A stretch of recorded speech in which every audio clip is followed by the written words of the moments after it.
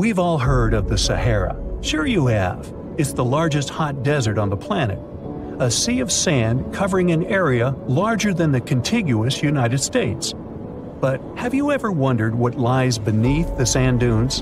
To answer this question, we must travel deep into the past of our blue planet. Up until some 6,000 years ago, the Sahara was grassland. Humans were around at this time, not me, spreading agriculture around the planet. In the north of Africa, the color green dominated. Plenty of rainfall meant that there were lakes, rivers, pastures, and even forests. A completely different image of the Sahara from the barren landscape of today. But then the climate started to shift. The region became parched, and the vegetation started disappearing. The wind did the rest. It took away the fine sediment after there were no plant roots to hold the ground together. Give it a couple thousands of years, and you get a familiar image of the Sahara. Sand and rocks stretching as far as the eye can see.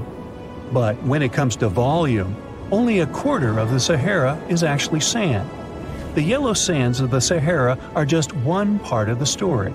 The desert has many other features, such as gravel plains, salt flats, and plateaus. Makes you think if we understand the word desert correctly. For people who study such terrains, geologists, there is only one condition for defining a desert: precipitation. If an area gets little or no rain, then it's considered a desert. The Sahara certainly fits the bill. Its average annual rainfall is just 3 inches. Compare that to the nearly 45 inches a year in New York. When we look at precipitation, this sandy desert is only the third largest in the world. Number 1 and 2 are Antarctica and the Arctic. They are larger than the Sahara by millions of square miles. It sounds odd, but there is more than one type of desert. The first two are polar deserts, while the Sahara is a subtropical desert. But the difference in air temperature are staggering. In Antarctica's interior, temperatures plummet to minus 76 degrees Fahrenheit. Compare that to the highest temperature on record in the Sahara of 136 degrees Fahrenheit. But this desert has a cool side. At night, the temperature is roughly the same as the average yearly temperature in Denmark. This hot and cold roller coaster makes it hard to choose the right outfit when venturing into the Sahara. And what about the sand? How deep is it actually? The depth varies between 70 and 140 feet. That's not too deep. If you put the Statue of Liberty in a tall dune, half of it would still stick out of the sand. Its vast amounts in the Sahara were created by aeolian processes. That's Greek for wind. Over time, it blows and shapes the surface of the earth. In dry areas with sparse vegetation, winds erode the ground much faster. That's what happened in North Africa. Under all that sand is the bedrock and cracked clay. If you started digging, you would find the same everywhere on the planet, with one important difference. There is some type of soil covering the bedrock. This is not the case in the Sahara. Because of the arid climate and a lack of vegetation, sand covers the ground below. Over the course of thousands of years, a lot of interesting finds ended up in the desert sand. For example, there are petrified tree trunks. These are essentially preserved prehistoric trees. They date back to the time when the region was lush green. In some places, the trees of this fossilized forest are at least 65 feet tall. The wood is so well preserved that you can still see the texture and knots. There are even fossilized pine cones. In 1992, scientists found glass fragments in eastern Sahara. These canary yellow glass shards were scattered across hundreds of miles. They didn't belong to an ancient civilization, although ancient Egyptians used them to make jewelry. In fact, the breastplate of King Tut had a beautiful scarab beetle centerpiece made from this desert glass. For a long time, scientists were puzzled about the true origins of these fragments. They finally concluded that the glass was around 29 million years old. It is an impact tape. If that sounds like it has something to do with the word impact, you are correct. These rocks are formed when a meteorite hits the surface of the Earth. This generates a lot of heat. Scientists estimate that the temperature needed to melt this mineral was close to 3,000 degrees Fahrenheit. Apart from the regular fine-grained sand, we also have melted sand in the Sahara. But the desert conceals other unlikely artifacts. Shark teeth are a common find in Morocco, which sits in the western part of the Sahara. What are the fossilized teeth of these marine predators doing in the middle of the desert? This part of the world looked entirely different millions of years ago. There was a sea cutting right through what is now a desert. The Trans-Saharan Seaway ran the length of present-day Algeria and Mali. It was around 165 feet deep. That was enough for all sorts of aquatic animals to inhabit it. Large catfish, sea snakes, and of course sharks lived in the area. British archaeologists even unearthed a turtle shell in Mali in the 1980s. For centuries, there was even an entire city hidden under the desert. Timgad was a Roman outpost constructed by the Emperor Trajan around the year 100 in the current era. For various reasons, its residents abandoned it around the year 700. The sands of the Sahara soon engulfed the city. It had remained hidden for nearly 1,000 years. Then, in the 1700s, a Scottish explorer started digging out the city. His team first uncovered a sandstone triumphal arch 40 feet high, similar to the ones we can see in Rome and Paris today. An amphitheater soon popped out of the sand, and it was followed by well-preserved statues of Roman emperors. The Scotsman's find was so impressive that no one believed him at first. It took 2 more centuries for archaeologists to fully excavate the city during the 1950s. The site covers a surface as large as 10 polo fields. The ruins reveal the full mastery of Roman city planning. All the streets meet at a right angle in what is known as an orthogonal grid. You can find the same layout in modern cities such as New York. Historians estimate that during its heyday, 10,000 people called Timgad home. Different nationalities lived here, from Romans to people of African descent. Today, more than 2.5 million people live in and around the Sahara. They are spread across 11 countries in total, and their living space is growing. The desert is 10% larger than it was just a century ago. This process doesn't involve sand pouring out of the Sahara. The ecosystems on the edges of the desert simply change over time. The wind blows the soil away and vegetation dwindles. The perfect conditions for the formation of a desert landscape. These changes are happening in the Sahel, a region south of the Sahara Desert. That's why the African countries have recently come together for a project called the Great Green Wall. The primary goal is to stop the desertification of the Sahel and hold back the sands of the Sahara. Their plan is ambitious and involves planting a wall of trees from the west to the east of the African continent. The proposed forest is not only going to be long, but wide as well. The Sahara and the Sahel share a historic bond. Since antiquity, camel caravans have been making the journey from Africa's Mediterranean coast in the north to the savannas in the south. The golden age of this trade kicked off in the 9th century. The perilous journey took several months to complete. The route was 2.5 times longer than the length of the Grand Canyon. Explorers still find evidence of these ancient caravans hidden away under the sands of the Sahara. It's nighttime, and you're about to walk inside Pharaoh Tutankhamun's final resting place. You know, King Tut. You don't have a torch, but at least you came with a flashlight. You walk down several flights of stairs and observe how the walls are carved in hieroglyphics and what looks like a spell. Those who take anything from this place will be doomed for life, the spell says. Even if you don't really believe it, this scares you a little bit. You find a huge stone door. Is it a trap? You manage to open it, but oh no, it's only an empty chamber. You check your map. It seems like you're heading in the right direction. After what feels like hours, you realize you must be trapped inside a labyrinth. You try to retrace your steps, but you can't find the door where you came in from anymore.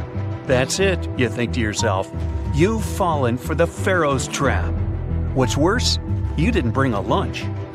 Okay, so we've all seen Hollywood movies where the main character is exploring ancient ruins and faces some seriously dangerous traps, right? We've been told Egyptian royalty protected their final resting places with venomous scorpions and snakes, sliding doors that will trap you for life, and giant rolling boulders that will crush anyone on their paths. The thing is, were these traps truly real? Well, I regret to be the one to break it to you, but this is all fiction. These elaborate traps were too technologically advanced for ancient civilizations to pull off. That is not to say, however, that there weren't any traps at all. Ancient civilizations, like the Egyptians and the Mayans, are known for their practice of building entire monuments dedicated to the ones who had passed away. These structures would often reflect the position of person occupied in society. So, for the really important people, the VIPs of their times, massive monuments were built to host their bodies long after they were gone. Some of these civilizations believed that a person's life would continue on the other side of the veil. For that reason, a person would be buried together with the belongings of their current life. If they had a lot of money and power and stuff, that meant their resting places would be filled with riches and gold. Now imagine if you lived in ancient Egypt and you knew exactly where all the pharaohs' tombs were located and had heard rumors of the amount of wealth kept in these places. Maybe you would be tempted to go check it out, right? We're talking about large rooms filled from floor to ceiling with golden artifacts, jewels, and even money. I mean, it does sound tempting. And since there weren't any security guards protecting the entrance of these places, Egyptians needed to get creative as to how they would protect these riches. These old civilizations found some traps to be useful. A recurring one was building empty rooms inside the monument to confuse a burglar. Now, let's take a look at Amenhotep III's final resting place as an example. It was built in the city of Luxor, in a spot also known as the Western Valley of the Kings. Two French engineers originally discovered the monument between 1905 and 1914 CE. The structure is huge and has more than 10 chambers, connected by long corridors and steep stairways. The King's Chamber is the most hidden one, and for an outsider to try and find it, they will probably enter a lot of empty rooms beforehand. Other pharaohs tried to protect their riches by commissioning monuments with false doors concealing pits that were up to 20 feet deep. This way, an unwarned and unwanted visitor would be surprised by the deep hole on their way to the king's resting chamber. Alongside false doors, pharaohs made sure to build labyrinth-style corridors and false walls. This way, robbers could take hours or days before they found the king's real chamber. As to pits with poisonous snakes on them, if there were any reptiles inside these monuments, they probably got inside on their own, and would most likely not stay there for long. There is no way snakes would survive years and years without food inside these pits. So yes, another Hollywood-induced belief right there. If these traps seem boring to you, archaeologists did find an interesting deterrent in the final resting place of the Red Queen of Palenque in Mexico. Palenque was one of the most powerful Mayan cities in pre-Columbian Mexico, and the Red Queen was believed to be the grandmother of the last Mayan king, undoubtedly a person of immense importance to the empire.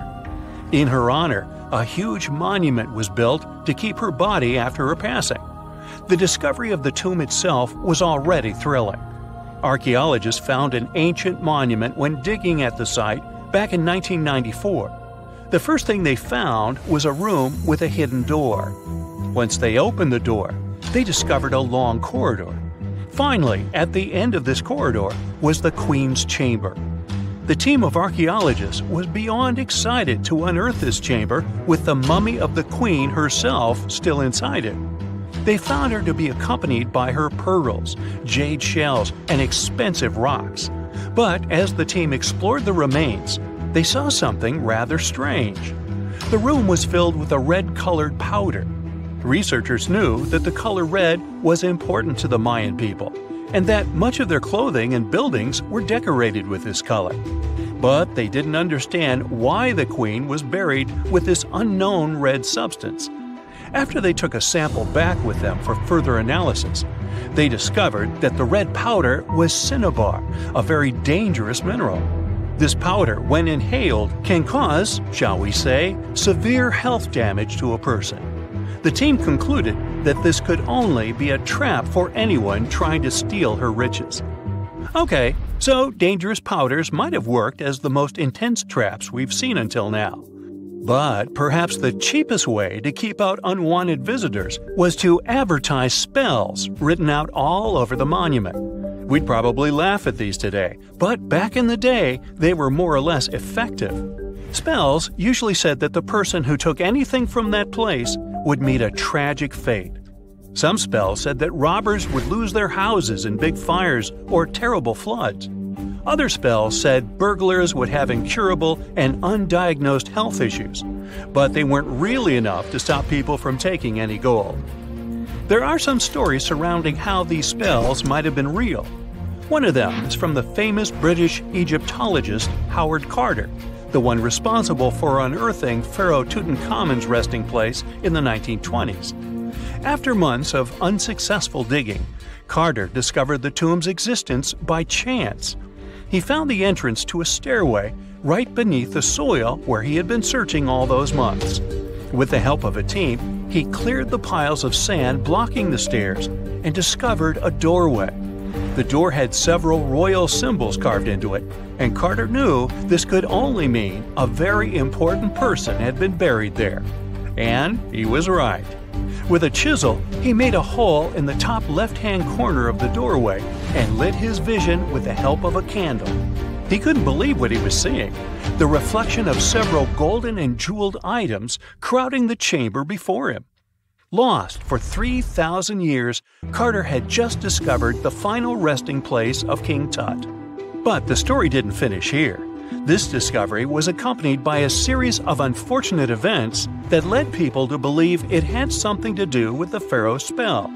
Carter himself mysteriously passed away just a few years later, and some of his assistants lost their houses in floods, just like one of the spells threatened. Some say it's just coincidental, as there's no real proof of these things being connected. Well, what do you think? Was this an effective trap after all? Most people know that pyramids were built as grand tombs for the pharaohs, designed to ensure they had a smooth journey to the afterlife. The Great Pyramid of Giza, for instance, was constructed for the pharaoh Khufu. But what most people don't know is that this whole pyramid building trend started right here with the step pyramid of Djoser about 4,700 years ago. This massive structure was built for Pharaoh Djoser, a ruler from Egypt's 3rd dynasty. It rises 7 layers high above the ground and stands about 200 feet tall. We think of it today as a phenomenal architectural project, but for ancient Egyptians, the step pyramid of Djoser turned out to be more like a massive experiment, a trial run, if you will, to perfect their building skills before they moved on to even more ambitious pyramids. Reaching new heights is super exciting, but the real mystery is what is going on below the ground. In this pyramid's underground labyrinth, there is a network of tunnels stretching about 3.5 miles long, and some researchers believe these tunnels might have been part of a sophisticated water system that could completely change what we think about pyramid construction. Let's talk about this massive complex located in Saqqara. Surrounding the pyramid, there's what's known as a dry moat, a continuous trench that is up to 164 feet wide and almost 2 miles long. It forms a sort of rectangular shape around the pyramid. This trench has an average depth of about 65 feet. Now, if you were to add up all the earth and rock they dug out to create this moat, it would be about 10 times the volume of the step pyramid itself. For the longest time, people just assumed this trench was nothing more than a huge quarry, a place where they dug up stone and clay to build the step pyramid. Makes sense, right? But when you take a closer look, it doesn't add up. The trench is too narrow and deep to be practical for mining, and its layout doesn't match anything we know about ancient Egyptian quarrying methods. Plus, some sections of the trench are actually covered with a rocky ceiling. which would have made it nearly impossible to use as a quarry. Another theory suggests that the dry moat had some kind of spiritual significance. Maybe it was a sacred place, where souls of nobles gathered to serve the late king in the afterlife. There are even niches in the walls that work as a hint at this spiritual function. But most researchers believe that this purpose likely developed much later, long after the complex was built for Djoser. So what was the moat really designed for? In 2020, a researcher came up with a pretty intriguing idea. It is possible that this trench was actually designed to collect and manage water, especially after heavy rainfalls. Now, that makes sense when you consider the location. The moat sits in an area that could easily have been flooded by runoff water from nearby plains. This could also explain why the trench wasn't used for new graves until much later when the climate became drier and less prone to flooding. The story becomes even more intriguing, as this trench appears to be part of a larger, more complex hydraulic system within the Djoser complex.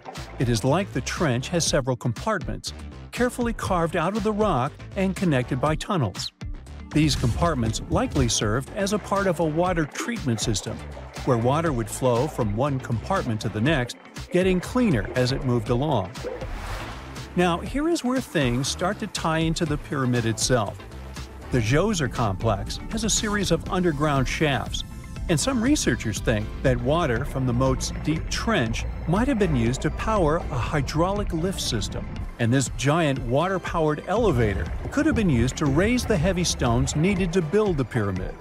It worked like a volcano, but instead of lava, water did the heavy lifting. Imagine a big deep hole in the ground at the center of the pyramid site. Inside this hole, there was a huge wooden platform, kind of like a giant raft that could move up and down. When the workers wanted to lift a heavy stone, they would fill the hole with water. As the water rose, the wooden platform started to float up, carrying the stone with it, almost like a giant water-powered elevator. When the stone reached the right height, the workers slid it off the platform and onto the pyramid. The idea is that water from the deep trench, after being cleaned and filtered, would flow into these shafts. A massive float, possibly made of wood, would then rise as the water filled the shaft, lifting the stones up to where they were needed for construction. Once the stone was in place, they'd let the water out, lowering the platform back down to the bottom, ready to lift the next stone. This fancy hydraulic lift system could have been a game-changer, making the whole building process a lot faster and more efficient without using a lot of workforce. It is like the ancient Egyptians were already embracing the whole idea of work smarter, not harder. But of course, not everyone is on board with this theory. Some experts argue that the area where the step pyramid of Djoser was built couldn't have held enough water from occasional rains to maintain such a fancy hydraulic system. The main theory suggests that, in the past, there might have been some kind of lake nearby that would have filled up after a period of rain, and this lake could have supplied water to the complex's hydraulic system. But there is no mention of such a lake in any ancient Egyptian writings, so it might be more of a what-if situation than a reality. And then there's the issue of the hard work itself. Remember when I said this method could have allowed the ancient builders to raise stones with far less effort? Well, that might not be entirely true. According to some experts, just building this hydraulic device would have required a lot more heavy work than simply moving the stone blocks using good old-fashioned manpower. And let's not forget, the step pyramid of Djoser is like a baby pyramid compared to those that came later.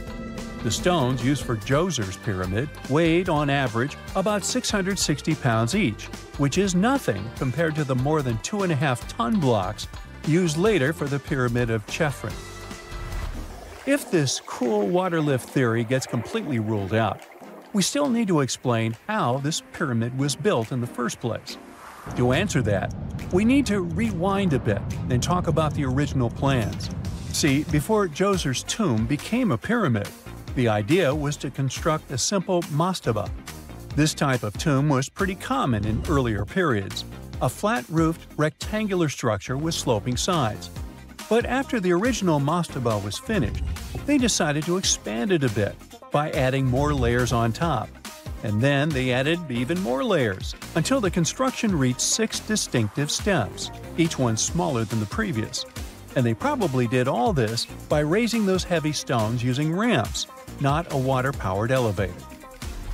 There is still so much we don't know about the Step Pyramid of Djoser. More research is definitely needed to fully understand how this system worked, or if it even existed at all. But the idea of using water to help build the pyramid adds a whole new layer to our understanding of ancient Egyptian engineering. It's a powerful reminder of just how clever and resourceful those builders were, using the natural landscape and the power of water to create one of the most iconic monuments in history. It's 1898, and you're taking part in excavations in Saqqara. This place, not far away from Cairo, is full of ancient tombs and pyramids. You're in your Indiana Jones mood and hope to find something really phenomenal to become famous. Gold, manuscripts, treasure maps, mummies of famous pharaohs. Wait, a wooden bird? You're really disappointed as it looks like a regular toy. An old one, but still. Little do you know that years later, someone would propose that your bird was actually an ancient monoplane. So the artifact, nicknamed the Saqqara bird, is made of a sycamore tree. The birdie has a wingspan of just 7 inches and weighs around 40 grams. A perfect original souvenir from Egypt, I would say. It's over 2,000 years old and looks pretty plain, without any carvings of feathers or other intricate ornaments. It has a beak and eyes though, which makes our find look like a hawk, the emblem of the deity Horus. Its tail is rather unusual as it's squared, looks weirdly upright, and it seems like the sunken part of it was the place for a now missing piece. Humans love solving a good mystery, so there have been several attempts to explain the use of the birdie. First, quite simply, is that it was a ceremonial object. The second idea is that it was a toy for a child from some well-off family. It could have been some sort of boomerang, which was a popular concept in ancient Egypt. Then there was a theory that the bird had been used as a weather vane. But this one has been debunked as the figure doesn't have any holes or markings, except for the one made at the museum in Cairo to fix the exhibit on a stick. So there was no way to hang it in the past. Almost a century after the bird was found, Egyptologist Dr. Khalil Masiha proposed a new theory that it could have been a model of a monoplane. He believed the bird was missing a horizontal tailplane. Otherwise, it had its wings set at a right angle, similar to that of modern planes. It could have worked to generate the aerodynamic lift necessary for flights. Dr. Masiha also claimed that it was common at that time to place miniature models of technological inventions in tombs. So, did the ancient Egyptians really invent the plane in 200 BCE? That would make the Wright brothers, who are considered the inventors of aviation, really upset. They made one of their first flights only in 1903. There's just one way to know for sure, and that is to test the model. But you know, the ancient museum in Cairo would unlikely let one of their cherished exhibits fly around like a toy. That's why glider designer Martin Gregory built a similar model, this time of balsa wood, and concluded that even with the missing tailplane, the plane wasn't much of a flyer. Case solved? Not really. This didn't sound convincing enough to the History Channel, so they invited an aerodynamics expert to build another replica of the bird. He tested it in weather conditions similar to those in Egypt and was impressed with the little plane's abilities. So, if they did invent the prototype of a plane back in the times of pharaohs, it would be a good example of an oupart. That's an out-of-place artifact, an object that's way ahead of its time in terms of technology or history.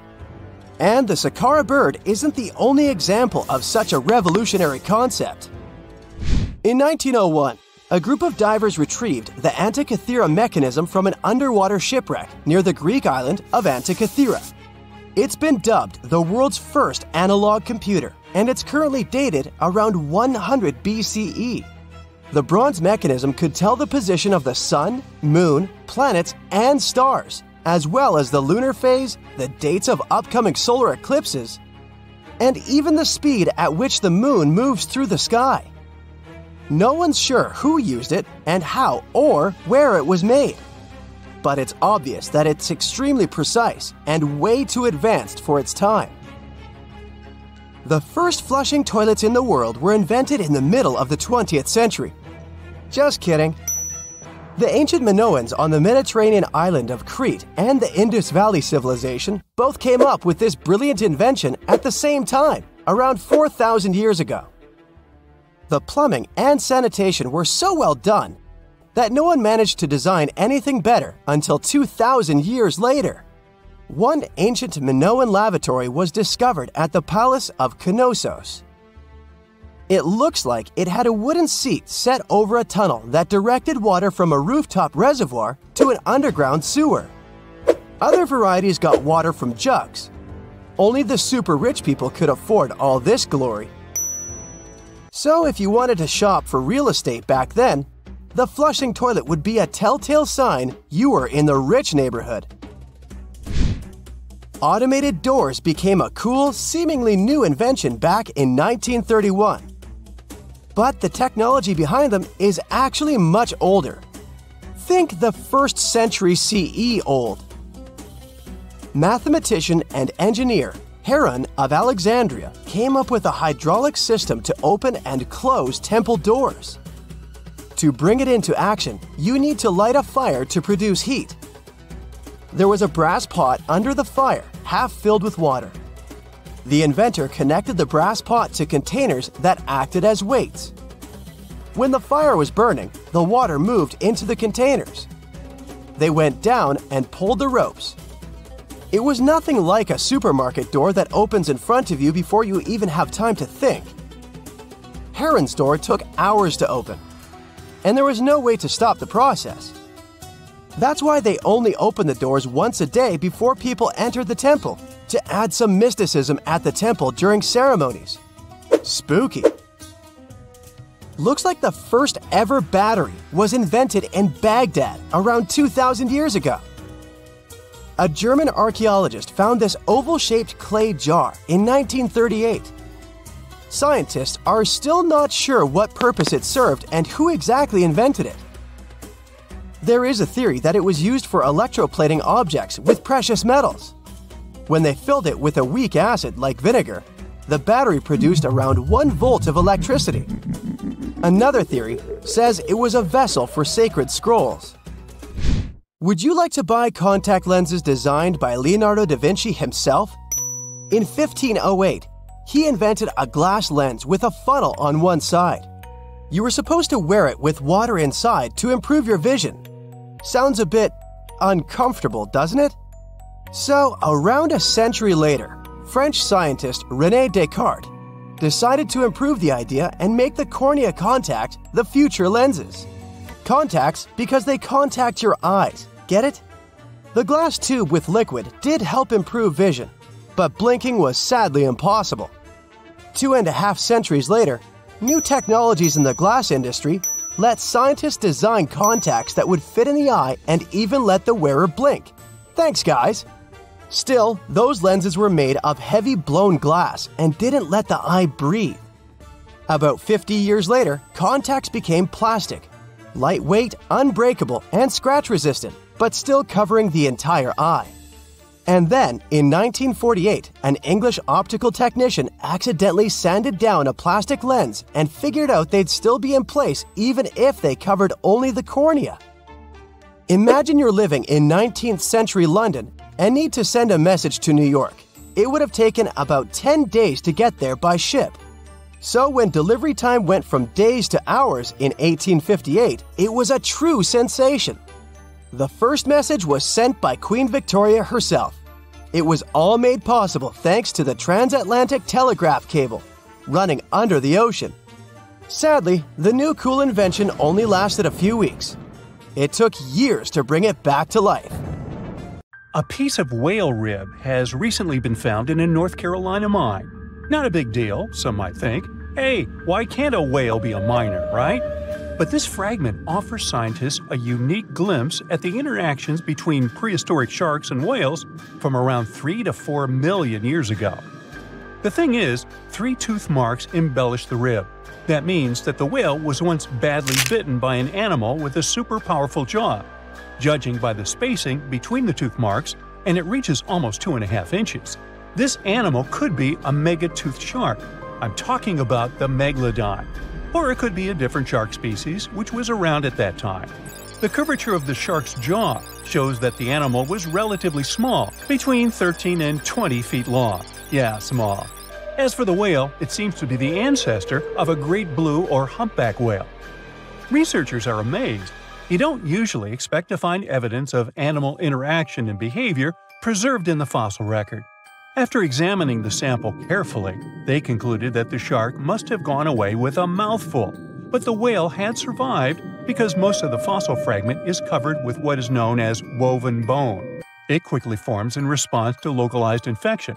Such bone isn't particularly strong, and later the body remodels it into compact bone tissue.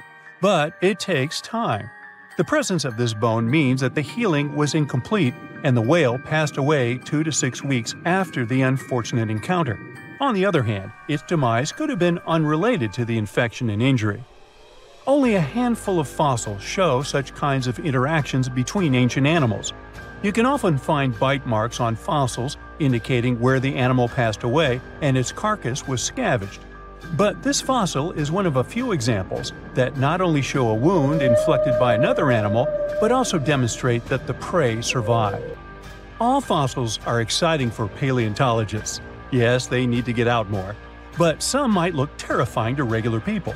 For example, look at this picture of tentacle arms and octagonal-shaped heads. When it first appeared in mass media, internet users claimed that it was some ancient organism that had come from space. Others thought the story was fake, but in fact, both the picture and the fossil are real. The fossil is known as a mortality plate, a fossilized representation of a mass extinction event of one or several species.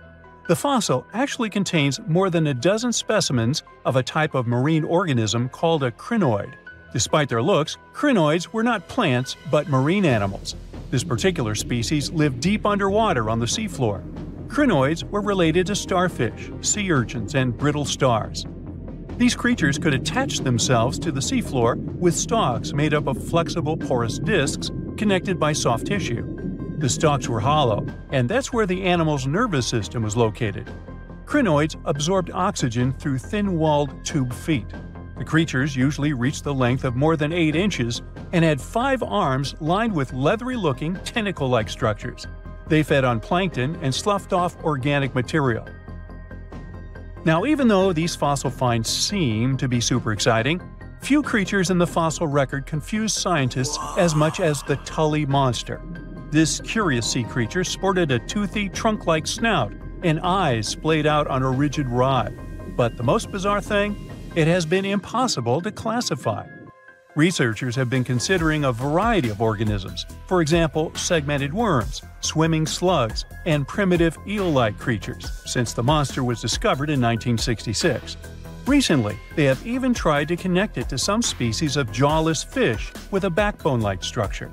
A team of scientists from Japan has used high-resolution laser scanners to examine the anatomy of Tully monster fossils in 3D. They concluded that the enigmatic fossil might be an invertebrate after all, and still, the true identity of the creature remains elusive. In the 1950s, amateur fossil hunter Francis Tully found a ghostly imprint of a torpedo-shaped organism with a huge tail fin in the Mizon Creek fossil beds in Illinois. Tully had never seen anything similar to the torpedo structure. He took his find to Chicago's Field Museum of Natural History. Paleontologists working there were baffled as well. Since then, scientists haven't been able to determine where the creature fits on the phylogenetic family tree, or where they should spend Thanksgiving. In 1741, An explorer and captain named Vitus Johansen Bering led an expedition to map the coast of Alaska. The ship he was on got shipwrecked on what later became known as Bering Island, and they got hungry. Half the crew survived thanks to the discovery of an extremely large sea cow. With the meat of these animals nourishing them, the sailors managed to build a small ship from the wreckage and return home. On their way back, a scientist who was among them spent his time documenting the animals and plants they had found. The sea cow was particularly interesting because without it, the crew wouldn't have survived. These animals were more than 26 feet long and weighed around 10 tons. All sea cows are members of the order Sirenia, marine mammals more closely related to elephants than cows. The scientists described them as having black skin, a small head, and stubby forelimbs. Those sea cows floated on the water's surface, munching on kelp. After the information about these animals became widespread, sea otter fur trading expeditions made use of that convenient depot en route. Sea cows were docile and could be easily hunted. Long story short, within 27 years after the scientists mentioned those animals, they were driven to extinction. But it's not the saddest part. The fossil record reveals a much deeper and darker history. Fossils of sea cows have been discovered all over the world, from Japan to Mexico. It means that the animal once thrived in the vast kelp beds around the entire North Pacific Rim. That small population discovered by the expedition was probably the last remains of a once much larger and way healthier population. More likely, Aboriginal hunting had already reduced the numbers of these animals to near extinction levels, and the final blow came from Western hunters. The living close relatives of those ancient sea cows are rarely hunted today. Still, they're under threat of extinction themselves. To some, this amazing fossil might look a bit disturbing. Slaves' lentils are fossils that belong to animals called nummelites. They lived and thrived in a warm, shallow sea covering part of Egypt around 40 million years ago. The name nummelites hints at the fact that larger specimens resemble coins, and in Egyptian folklore, they're even referred to as angel's money. These creatures have a simple, single-celled structure, which contrasts with their super intricate skeleton. Look at this series of spiral overlapping whorls. Each whorl is divided into countless tiny chambers. Nummelites can grow to be 4 inches in diameter, and still, they are the fossils of single-celled animals related to amoeba. How and why did they grow to be so large? The reason could be their symbiotic relationships with other smaller organisms. In the case of modern species, such symbionts are tiny golden-brown single-celled algae called diatoms. The shells of nummelites are relatively transparent, and since they're flat, there's a large surface area for the light needed for the diatoms to photosynthesize. For some reasons, scientists are still debating about them.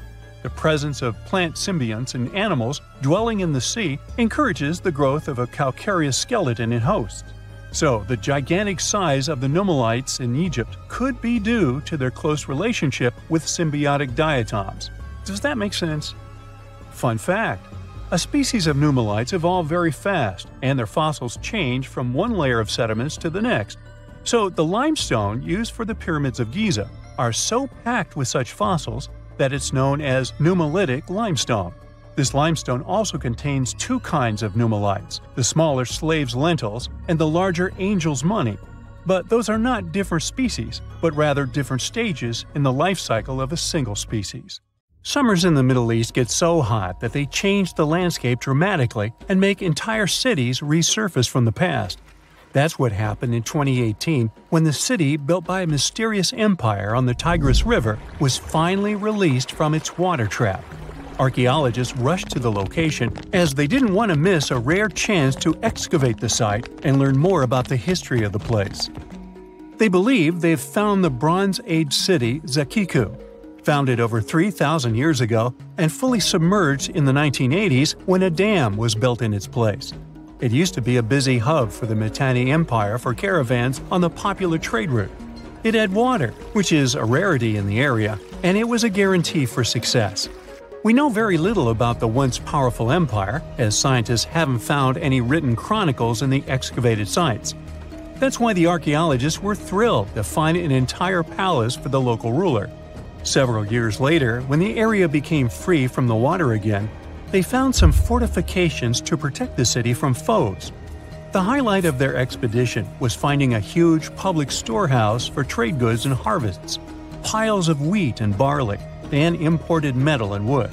Bread was the staple food for the locals, and they also loved big pots of vegetable soups and stews for lunch. Each household kept sheep, goats, cows, and pigs, so they had a steady source of milk and meat for special occasions.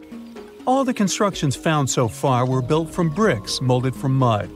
The walls that were underwater for over 40 years are so well preserved as if they went down yesterday. The royal palace stands out as it's larger than the other constructions, has thicker walls, and even pavements made of baked mud bricks that were sealed to be waterproof. The local king must have been in good relations with the emperor of the larger empire, of which Akiku was dependent. Traders who lived in the city collected wooden beams and took them to storehouses. The beams arrived down the Tigris River from the forests in the mountains in the north and east of Mesopotamia. Merchants came here to sell their goods and then crossed the Tigris on their way to the borderlands. Zakiku was thriving as a center of commerce for about 6 centuries until it was hit by a massive earthquake in 1350. Archaeologists found 5 ceramic vessels holding over 100 clay tablets made close after the earthquake. It's almost a miracle that small tablets of unfired clay managed to survive underwater for decades. People who created those must have carved notes on clay while it was still wet. They wrote about anything, from newly stored harvests to notes for other kingdoms. Then they would let the message dry in the sun. Scribes even had to learn a different language so that everyone outside the city could read it. Scientists believe the tablets they found used to be part of a private archive. They hoped to decipher the notes to learn more about the history of Zakiku and the whole empire after the terrible earthquake. The damage to the buildings was so enormous that it was impossible to restore Zakiku to its former glory, and if there had been any survivors, they must have left the city. Several decades later, the Assyrians, who also lived in Mesopotamia, settled here. They built their houses on the ruins of the abandoned city and used whatever structures they could find from the previous residents as outer walls. But they stayed here only for 50 years, then decided to build a new capital on more fertile soil to make some good cash from agriculture. Archaeologists working in Zakiku had to halt excavations when the water levels went back up and covered the city. They sealed the ruins in tight-fitting plastic sheets and put stones and gravel on top. They hope it will help protect the priceless site from water erosion and prevent it from disappearing again. They realize how important water from the dam is for the region, but if it recedes again, they say they'll definitely continue the excavations. There was a bustling community in today's Taklamakan Desert in China around 1,600 years ago. It lived along the Nile River, which ran through the desert for miles and got its water from the melting snow in the mountains. After 3 years of work in the area, archaeologists and scientists managed to dig up 8 tombs in the desert. Thanks to the desert heat, the clothes and artifacts inside them were almost as good as new. The people who wore those must have lived in the ancient city of Naya. Naya used to be part of a prosperous kingdom at the heart of the Silk Road trading route and had a population of over 3,000 people. Then, desert sands went rogue and swallowed the city whole.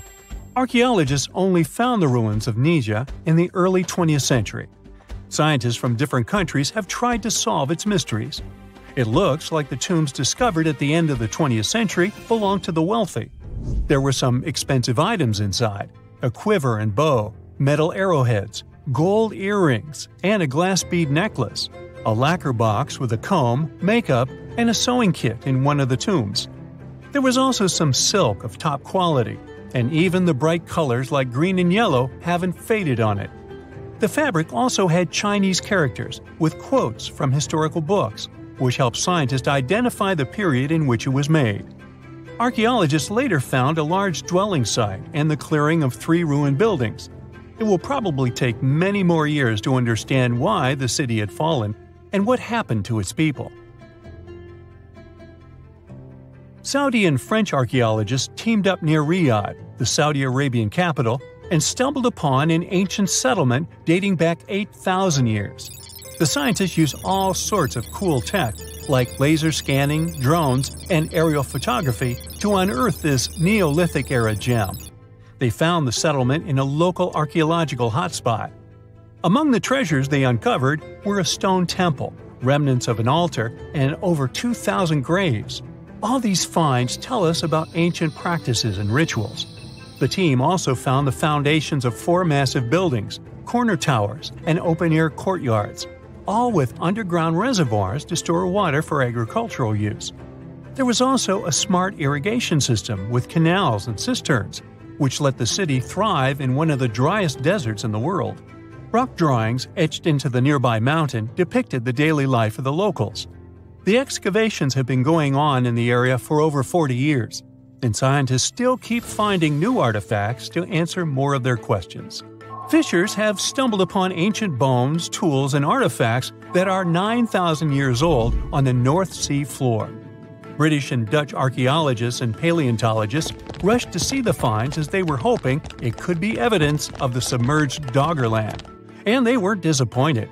There were even perfect sets of footprints left by Mesolithic people who lived here.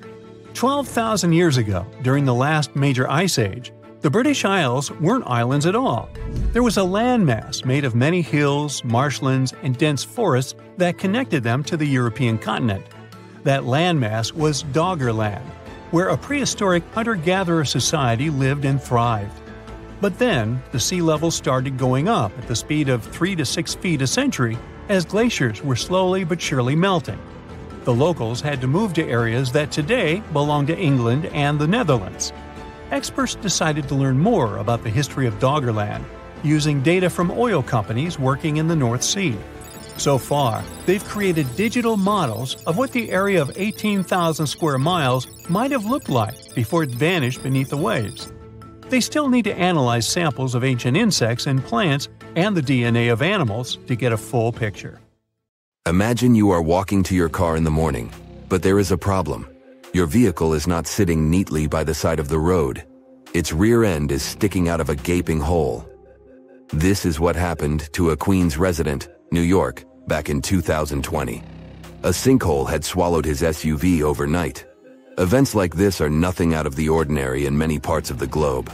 But sometimes, sinkholes can hide unspoken beauty inside them. In East Asia, a recent find stunned the scientific community. Cave explorers came across a colossal sinkhole that concealed an ancient forest. It is located in a province, Guangxi Zhuang, close to the north of Vietnam, the Lê County, where researchers discovered the hidden forest is already famous worldwide for sinkholes. This one brings the number to 30. They are scattered over an area the size of 3 Gibraltars. This is just a tenth of the total number of sinkholes in the whole country. The name Tiankeng for these large holes in Earth's surface translates as sky holes or heavenly pits. The dimensions of the new sinkhole are impressive. It is over 1,000 feet long, and it's pretty deep too. You could fit the Great Pyramid of Giza 1.5 times inside it. The sinkhole's total volume matches that of 2,000 Olympic swimming pools. The exploration team had to hike for hours to reach the bottom. It was all worth it in the end. They discovered a pristine underground forest that had no trace of human activity. Scientists estimate that the plants date back to the time of the dinosaurs. The foliage reached to the explorers' shoulders. Some trees were 2 times taller than the Hollywood sign. This discovery was amazing, but not entirely unexpected. Geologists were familiar with this type of landscape. In this part of East Asia, karst topography is pretty common. The word is Slavic in origin. Since the late 19th century, geologists have been using it to describe barren limestone regions. This type of landscape features fissures in the ground, caves, underground streams, and, of course, sinkholes. Karst forms in parts of the world with heavy rainfall. The water dissolves materials such as limestone or dolomite. This creates a scenery that many people describe as wild beauty. Karst terrains have a practical purpose as well. They are ideal for storing water that humans can drink. Around 700 million people around the world use these karst aquifers as their primary water source. In the United States alone, 40% of the groundwater used for drinking comes from them. Springs of Florida and the Mammoth Cave in Kentucky are just some of the most famous karst areas. Geologists classify around a fifth of the U.S. land surface as karst. This type of terrain exists on other continents as well, in the Caribbean, Europe, Australia, and Asia. Due to local differences in climate and geology, karst doesn't appear the same everywhere. In the Spanish province of Malaga, the landscape consists of barren rock. This is what the karst regions of Italy, Slovenia, and Montenegro also look like. In East Asia, the landscape over the karst is green. This is because of the humid tropical climate. Sinkholes and cave entrances are usually hidden behind lush vegetation. The region's unique appearance got it inscribed on the UNESCO's World Heritage List in 2007. The world's second most populous country is home to 2/3 of the planet's natural occurring sinkholes, tiankengs. They start to form when rainwater seeps into cracks in the limestone. Over time, the gaps widen as more and more material is washed away. At one point, the ground above the limestone becomes unstable. The end result is the collapse of the surface layer. This happens suddenly and without prior warning signs. Once a hole forms in the ground, water starts filling it up. Another way for a sinkhole to form is the existence of an underground cave. Its roof can collapse. The shape of such sinkholes resembles a funnel. It is wider at the opening on the top and narrower near the bottom of the pool. The most famous of these sinkholes are cenotes. They occur naturally on the Yucatan Peninsula in Mexico. The region is home to more than 2,000 cenotes. They are all former caves whose roofs had collapsed at some point in time, and they are filled with fresh water. The local people have been using them as water sources for thousands of years. The ancient Mayas gave them mystical symbolism. For them, the cenotes were passageways to the other world. In reality, they are just a feature of karst terrain. Sinkholes that form in regions with abundant rainfall and limestone beneath the surface soil. The depth of a sinkhole can vary significantly. The smallest are barely 3 feet deep. When it fills up with water, it turns into a pond. A large lake can form in the place of a large sinkhole. One example is the Red Lake in Croatia. The most impressive thing about it are the steep cliffs that rise above the lake. They are nearly 800 feet tall. The world's biggest and deepest sinkhole, Zhaoshai Tiankeng, lies in the vicinity of the Yangtze River. The outside world discovered it only in 1994. The hole is so deep that you could stack up 7 statues of liberty inside it. During the rainy season, a waterfall cascades from the pit's mouth into a cave system at the bottom. But not all sinkholes fill up with water.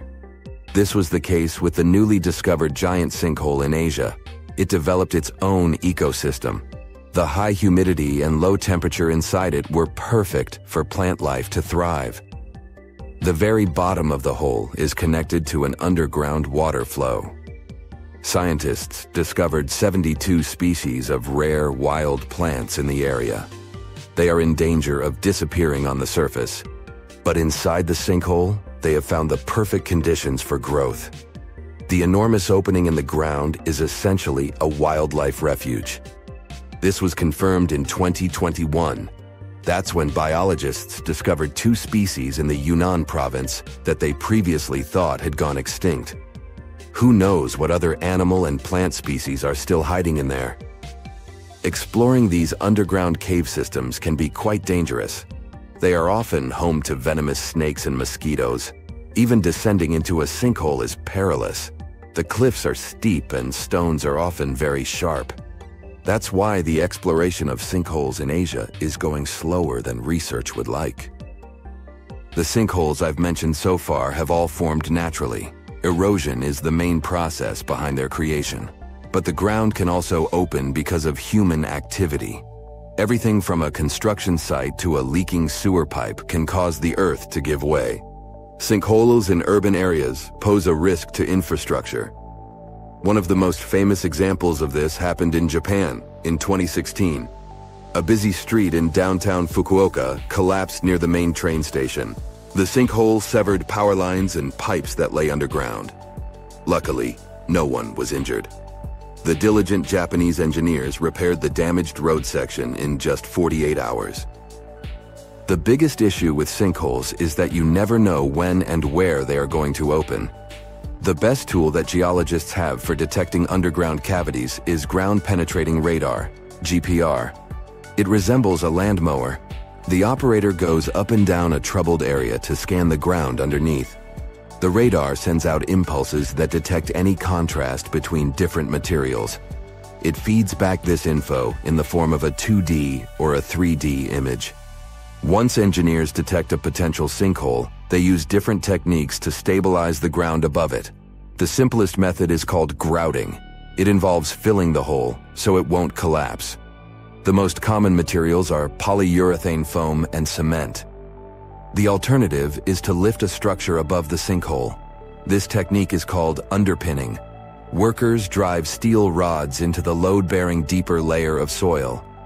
This is the same construction method engineers use to erect stilt houses above the waterline. You are lost deep within the jungle in the Yucatan Peninsula in Mexico. There are strange noises all around you, and to make it worse, the sun is setting. Soon, you'll be alone in the middle of an unknown rainforest. Guess it was a pretty bad idea to come looking for El Dorado on your own, wasn't it? You keep walking as fast as you can, when suddenly, wait! What's this you're seeing? It looks like large stairways made out of stone. This definitely doesn't look natural, so you take a picture.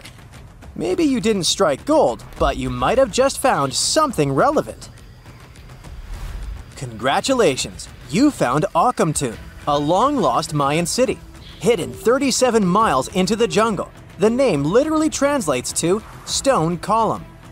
Stone was probably in at the time, so these guys used a lot of it to build their pyramids, houses, and even ball courts. If you ever thought that Europeans invented ball games, think twice. Mayans loved to play ball games for recreational purposes. Akamtun is part of a series of other long-lost Mayan cities that are being discovered with the help of new technology nowadays. We'll talk more about the other ones in a jiffy. Perhaps the biggest surprise of this one is that it was surrounded by wetlands, which is why the city was built on high ground. The city was monumental, covering an area of over 120 acres. That would be as big as 90 football fields right next to each other. Scientists have found proof that Akamtun had pyramids of up to 49 feet high, and that it was likely an important social hub between 250 and 1000 CE. This is definitely a game changer. But lost Mayan cities began to be unearthed in the 19th century. Modern technologies, such as LiDAR imaging, help archaeologists see through dense canopies of the forests. This means that people don't really have to risk getting lost in the tropical jungle like you did at the beginning of this video. LiDAR works sort of like an X-ray. It sends out laser beams that can detect any signs of ruins or ancient constructions. According to space archaeologist Sarah Parchak, satellite imagery has been a key player in discovering ancient cities in South America, Egypt, and other places. Sarah herself spends most of her days scouring images for any signs of where there could have been cities long ago. She says that more often than not, what happens is that ruins are covered by vegetation, soil, or sand, which makes them super tricky to find. But thanks to these awesome tools, scientists also made the huge discovery of ancient Mayan causeways, which spread throughout old Mayan territories. I mean, take a look at these roadways. You'd expect to see ruins like this in places such as Portugal, England, or the United States. I'm talking about 130 feet wide roads painted white to help travelers journey through the nighttime. Scientists recently unearthed a 110-mile network of roads such as these, and they think this dates back to before the first registered Mayan highways we've known so far.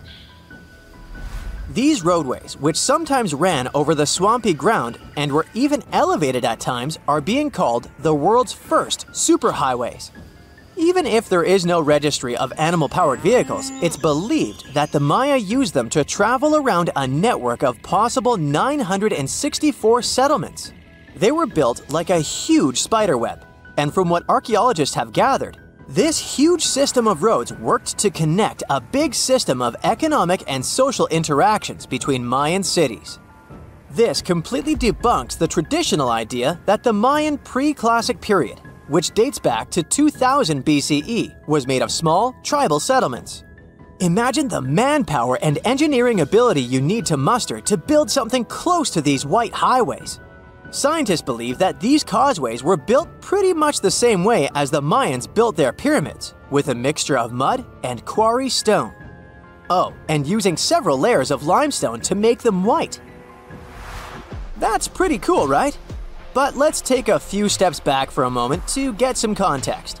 The Mayans were one of the biggest pre-Columbian civilizations living in the Americas. Until now, experts believe that at its apex, the Mayan civilization consisted of over 40 cities with a population of millions of people.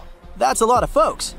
Their civilization spanned Mexico's Yucatan Peninsula, Guatemala, and Belize. And they survived mainly on agriculture. The thing is, the Yucatan Peninsula was an extremely difficult place to grow crops. So the Mayans had to develop a complex irrigation system in most of their cities. They built a series of ceremonial buildings, pyramids, and plazas. The Mayans might have been keen pyramid builders, but they also developed an advanced astronomical system. With whatever ancient technology they had, they were able to predict the exact location of planets such as Venus and Mars, as well as the exact dates of eclipses. If you've ever seen examples of ancient Mayan cities, this is Tikal. Located at the heart of the Guatemalan jungle, Tikal is believed to have been the capital of the ancient Mayan conquest state. At its height, it was comparable in importance to cities such as London or New York in today's world. It's composed of a series of complex monuments. The North Acropolis is one of Tikal's most ancient complexes of monuments. Built solely by human hands around 350 BCE, it served as the resting place of kings and chiefs. Its monuments are up to 200 feet high. Back in the day, the step pyramid temples were painted a beautiful red. Mayans loved that color. Today, of course, you'll only see the limestone. Then there's Chichen Itza. It's got one of the best preserved pyramids on Earth to date. Located in Mexico's Yucatan state, this Mayan city is well over 1,500 years old. At its peak, it was home to 35,000 people. The site covers 4 square miles of land. The highlight is El Castillo, a tremendous step-like temple standing 80 feet above ground. Its most peculiar feature is that it has 91 steps up each of its 4 sides, including the upper platform, which makes for 365 steps, the same number of days as the solar year. You can see that these folks were a pretty big deal, huh? That's why nobody can really understand what happened to them. There's a big lack of evidence on the decline of this almighty empire. What could have been the cause of their demise? Was it a drought? New research in 2017 did bring some new discoveries into the mix. Using data from a site at Ceibal, located at southwest of Tikal, scientists analyzed radiocarbon data from ceramics and archaeological excavations to extract new information about the unexpected demise of this great civilization. The information shows that instead of a sudden collapse, the Mayans most likely fell in waves of social instability and political crises. These events are believed to have deteriorated Mayan city centers and began causing the dispersion of the Mayan population. It's hard to pinpoint the exact causes, though. But hey, recent discoveries are shedding a big light on humanity's past. Not only about the Mayan Empire, but about other long-lost civilizations of South America. A major recent discovery in Brazil was done using satellite imaging technology and is also shocking scientists. Some images from near the Xingu River, also in the Amazon, suggest that cities of millions of people might have existed inside the jungle, way before our modern civilization ever existed. I mean, if this doesn't shock you, I don't know what will. Satellite imagery also detected a network of trenches. dating back to 200 and 1200 CE in the Bolivian Amazon forest. These proofs suggest settlements that could have supported around 60,000 people right in the middle of the Amazon forest. When researchers from the University of Florida went on ground to check the satellite information, they were shocked to find several mounds that were accompanied by ditches and geoglyphs. Archaeologists also found remnants of carefully designed walls centered around plazas, much like the type of construction done by the ancient Mayans. Experts found the oldest lakeside village ever discovered in Europe underneath the waters of Lake Ohrid in Albania. The lake itself is ancient too. It's said to be one of the oldest lakes in the world. Before this discovery, a village in the Italian Alps held the record. It was about 7,000 years old. But radiocarbon dating shows that the village under Lake Ohrid was built between 6,000 and 5,080 BCE, which means it's around 1,000 years older than any other village in Europe. Around 200 to 500 people lived in this village. It goes back to the time of the Neolithic period. In fact, these people were likely one of the first ever communities that decided to settle down. This discovery wouldn't be so interesting if it didn't have an enigma. Villagers made a wooden fortress of spikes all around their village to stay safe. But safe from what? Something mysterious. These locals went through all the trouble of building their homes on stilts over the lake and surrounding it with spikes for defense. Why did they make things so complex? That's what archaeologists are trying to figure out. Are there any other unusual settlements? Sure thing. For example, Göbekli Tepe. This place takes us back to the very beginning of permanent settlements. It also makes us question everything we thought we knew about how organized societies started. It seems like the fellas who lived there were into something pretty special, like rituals or hanging out together as a community. Around 11,000 years ago, ancient humans carved huge blocks of limestone and somehow managed to drag them to the other side of the mound. These blocks were like canvases painted with images of animals and people. They were placed in circles. Underneath these stones, you'll find the same massive pillars as the ones from the other side of the mound. Around 250 of these pillars hang out on the surface, and researchers also found around 60 of them during the dig. These are like messages from the past, telling us about people who once lived here and the stuff they were up to. These findings challenge traditional timelines and interpretations of early human society. While Göbekli Tepe has gained popularity among tourists, there's another site nearby, Karahan Tepe. It remains lesser known, but equally significant. Both sites challenge the belief that animal farming led to settled life. In fact, it appears people became sedentary first, and then they started animal domestication. They also question the traditional idea that organized societies followed the development of agriculture. These ancient sites suggest that organized communities existed before agriculture, possibly with cultic or communal rituals. These structures suggest complex, multi-purpose functions rather than just religious ones. People gathered in these places for discussion and storytelling, fostering a collective identity. These buildings might mark the beginnings of a cohesive community, showing the emergence of horizontal hierarchies and knowledge sharing. Let's move to the other side of the world. Mexico's 1,500-year-old unknown pyramids are worth talking about. These pyramids have stood strong for all these centuries, all thanks to a secret ingredient from the prickly pear cactus. With its help, indigenous builders crafted these ancient marvels. Gray volcanic rock pyramids rise like a mini mountain range. As we get closer, it becomes clear that skilled hands etched identical steps into the hard rock, forming a staircase of the largest pyramid.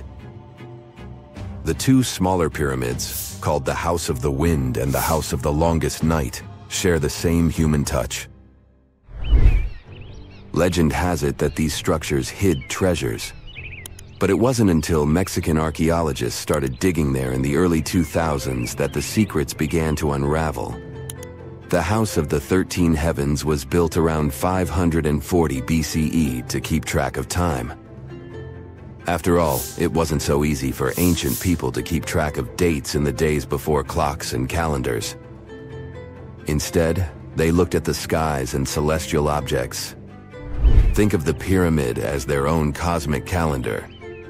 Its corners matched up with solstices and important dates for planting and harvesting.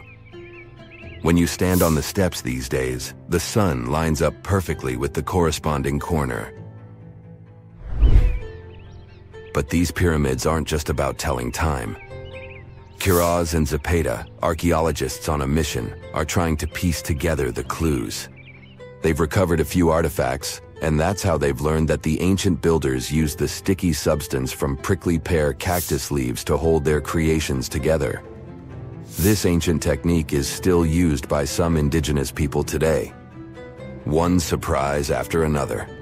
The House of the 13 Heavens reveals a skeleton older than the pyramid itself. Nearly a millennium older.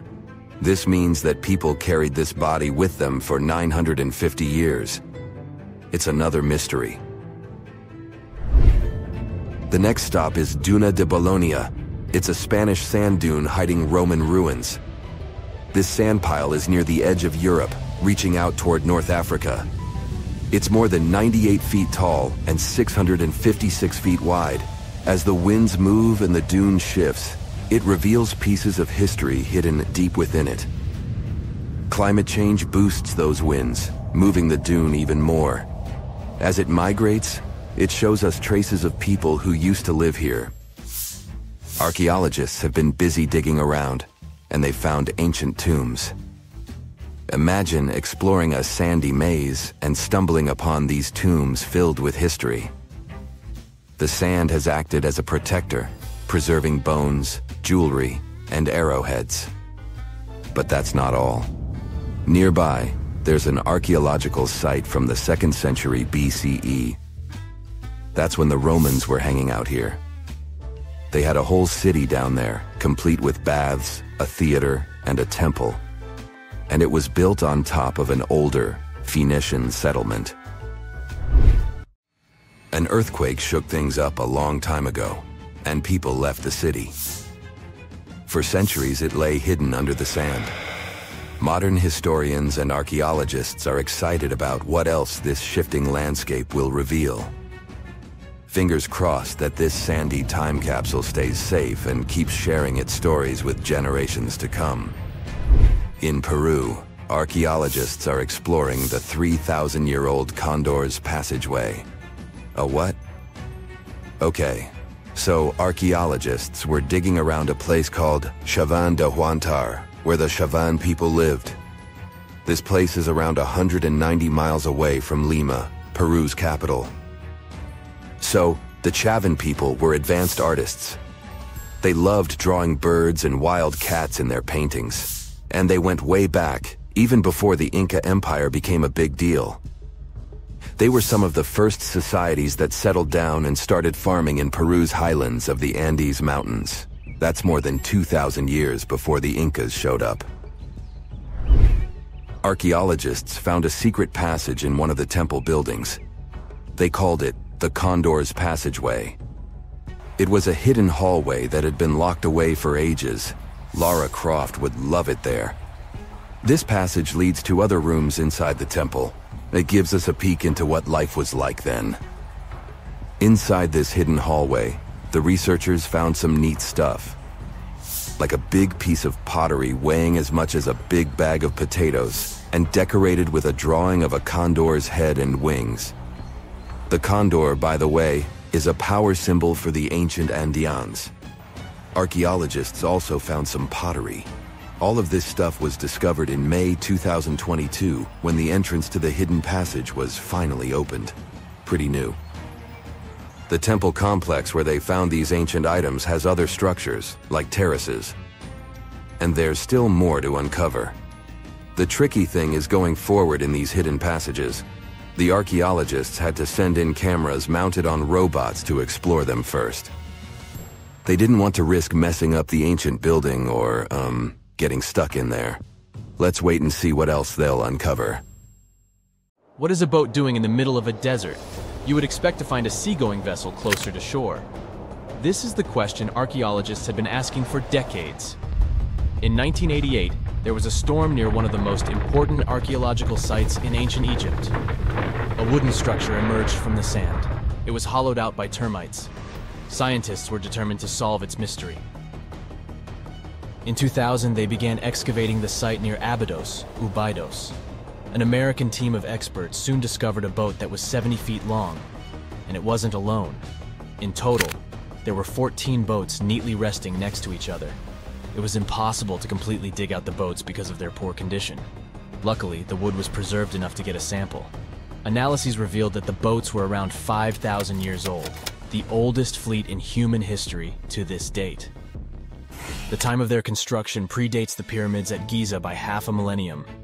Each ship of the fleet rested in a vault that matched its dimensions. The room was roughly a third of the size of a tennis court.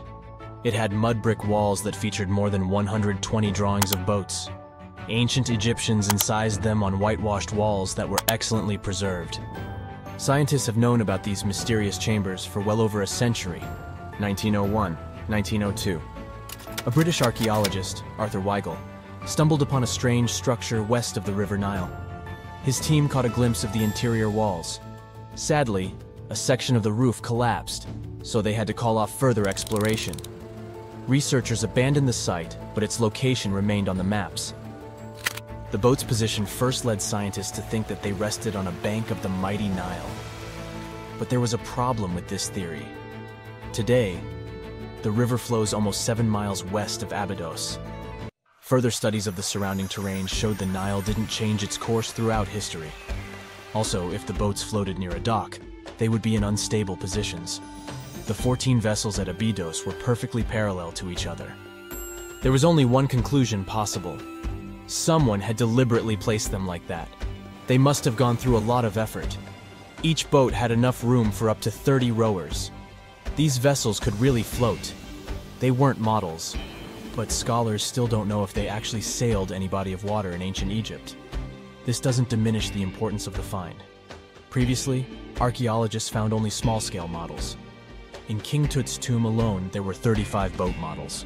For a long time, these figurines were the only clues as to how ancient Egyptian vessels looked like. The boat's design confirms that they were the real deal. They are the earliest surviving examples of something called built boats. Ancient people constructed primitive vessels by hollowing out large tree trunks. The alternative was reed that was tied together to form a raft. The boats at Abydos had planks tied together. This was a major breakthrough in shipbuilding. During their lifetime, the boats must have seemed impressive. Timber was a valuable commodity at the time. There was no wood in the desert. Cedar had to be imported from Lebanon. The only person who could afford such luxury was the pharaoh. Studying the area around the ancient fleet provided more answers. Scientists discovered a mud brick structure where Egyptians worshipped the pharaoh. Its approximate date of construction matches that of the wooden boats. The same bricks out of which this building was made were used to encase the fleet. At the time of their construction, the rooms they were stored in had a ceiling. That's the section that archaeologists stumbled upon in the early 20th century. Just like mummies and coffins, these marvelous ships rested inside splendid vaults. The exterior of these rooms was also impressive. The outer walls originally had a plaster of white limestone. It reflected sunlight. In the desert sun, the structure housing the boats must have shone from miles away. Ancient Egyptian builders used the same technique to cover the pyramids 500 years later. Today, their surface looks jagged, but it wasn't always like this. When they were constructed, the pyramids had a top layer of fine white limestone. Their surface was smooth and it gleamed in the sunlight. Instead of stairs, the outer layer of the pyramids was more of a sleek ramp. Archaeologists were left with one final question. Which pharaoh owned the fleet? The answer lay just a mile from the site. This is where the tomb of a pharaoh from the 5th dynasty rested, King Senwosret III. Its time and style of construction matched the ones of the chambers with boats. The very end of his rule might explain how the boats ended up in the middle of the desert. The pharaoh probably passed away in northern Egypt. Then his body was transported down the Nile to Abydos in a marvelous procession of decorated boats. The vessels were later lowered to chambers near the final resting place of their owner. This had a symbolic meaning. In the ancient Egyptians' belief system, ships played a key role. Their supreme deity was Ra. He traveled through the sky during the day in the form of the sun. At nighttime, he sailed through the netherworld in a solar boat. The pharaoh identified himself with Ra. That's why he needed boats in the afterlife. That was the only way to regenerate himself. Just as the sun rises every day above the horizon. This belief existed for thousands of years. The more famous Pharaoh Khufu also had a ship. Scientists found it in 1954 next to his pyramid at Giza. It is some 4 centuries younger than the fleet at Abydos. But Khufu's ship was almost 2 times longer. The Great Pyramid of Giza and King Tut's tomb are some of the most famous archaeological finds in Egypt. But there are many more secrets hiding beneath the endless sands of the Sahara Desert. Recently, 2020, archaeologists found a lost city there. They have labeled it as the most important discovery since King Tut's tomb, 1922. The city of Aten is some 3,000 years old. Historians hope it will give them a unique insight into the everyday life of ancient Egyptians. The famous archaeologist and Egyptologist Zahi Hawass proclaimed the site a lost golden city. Aten sits some 300 miles south of Egypt's capital, Cairo. It is close to the famous Valley of the Kings. Archaeologists first found sections of mud brick walls that spread out in all directions. They discovered complete rooms with tools of everyday life inside. The research team unearthed a bakery, a residential neighborhood, and an administrative district. They all date back to the time when the Egyptian civilization was the wealthiest in its long history. They were also the first to make objects from iron. In 1911, scientists found a set of iron beads near a village in Lower Egypt, El Girza. These are the earliest known iron artifacts. The discovery is literally out of this world. Ancient people made them by beating into shape a piece of a meteorite. The 9 beads were once part of an ornate necklace. They are now blackened and corroded, which is perfectly normal for a piece of jewelry that is over 5,000 years old. They consist of an iron-nickel alloy. Researchers were impressed by the skill of ancient jewelers who processed the beads. Their craftsmanship is more impressive when you think that they didn't know the stellar origins of the material. The Great Pyramid of Giza also has a remarkable feature. An international research group investigated the electromagnetic response of the structure to radio waves. They found that the pyramid has the ability to concentrate electromagnetic energy inside it. This occurred inside its chambers as well as under the pyramid's base. It contains an underground, unfinished chamber. It seems that the electromagnetic response is connected with the properties of limestone, the Great Pyramid's main building material. The research results might have a practical application. The way solar cells and nanosensors function could be improved by this remarkable find. In November 1922, a boy walked through the desert mountains of Egypt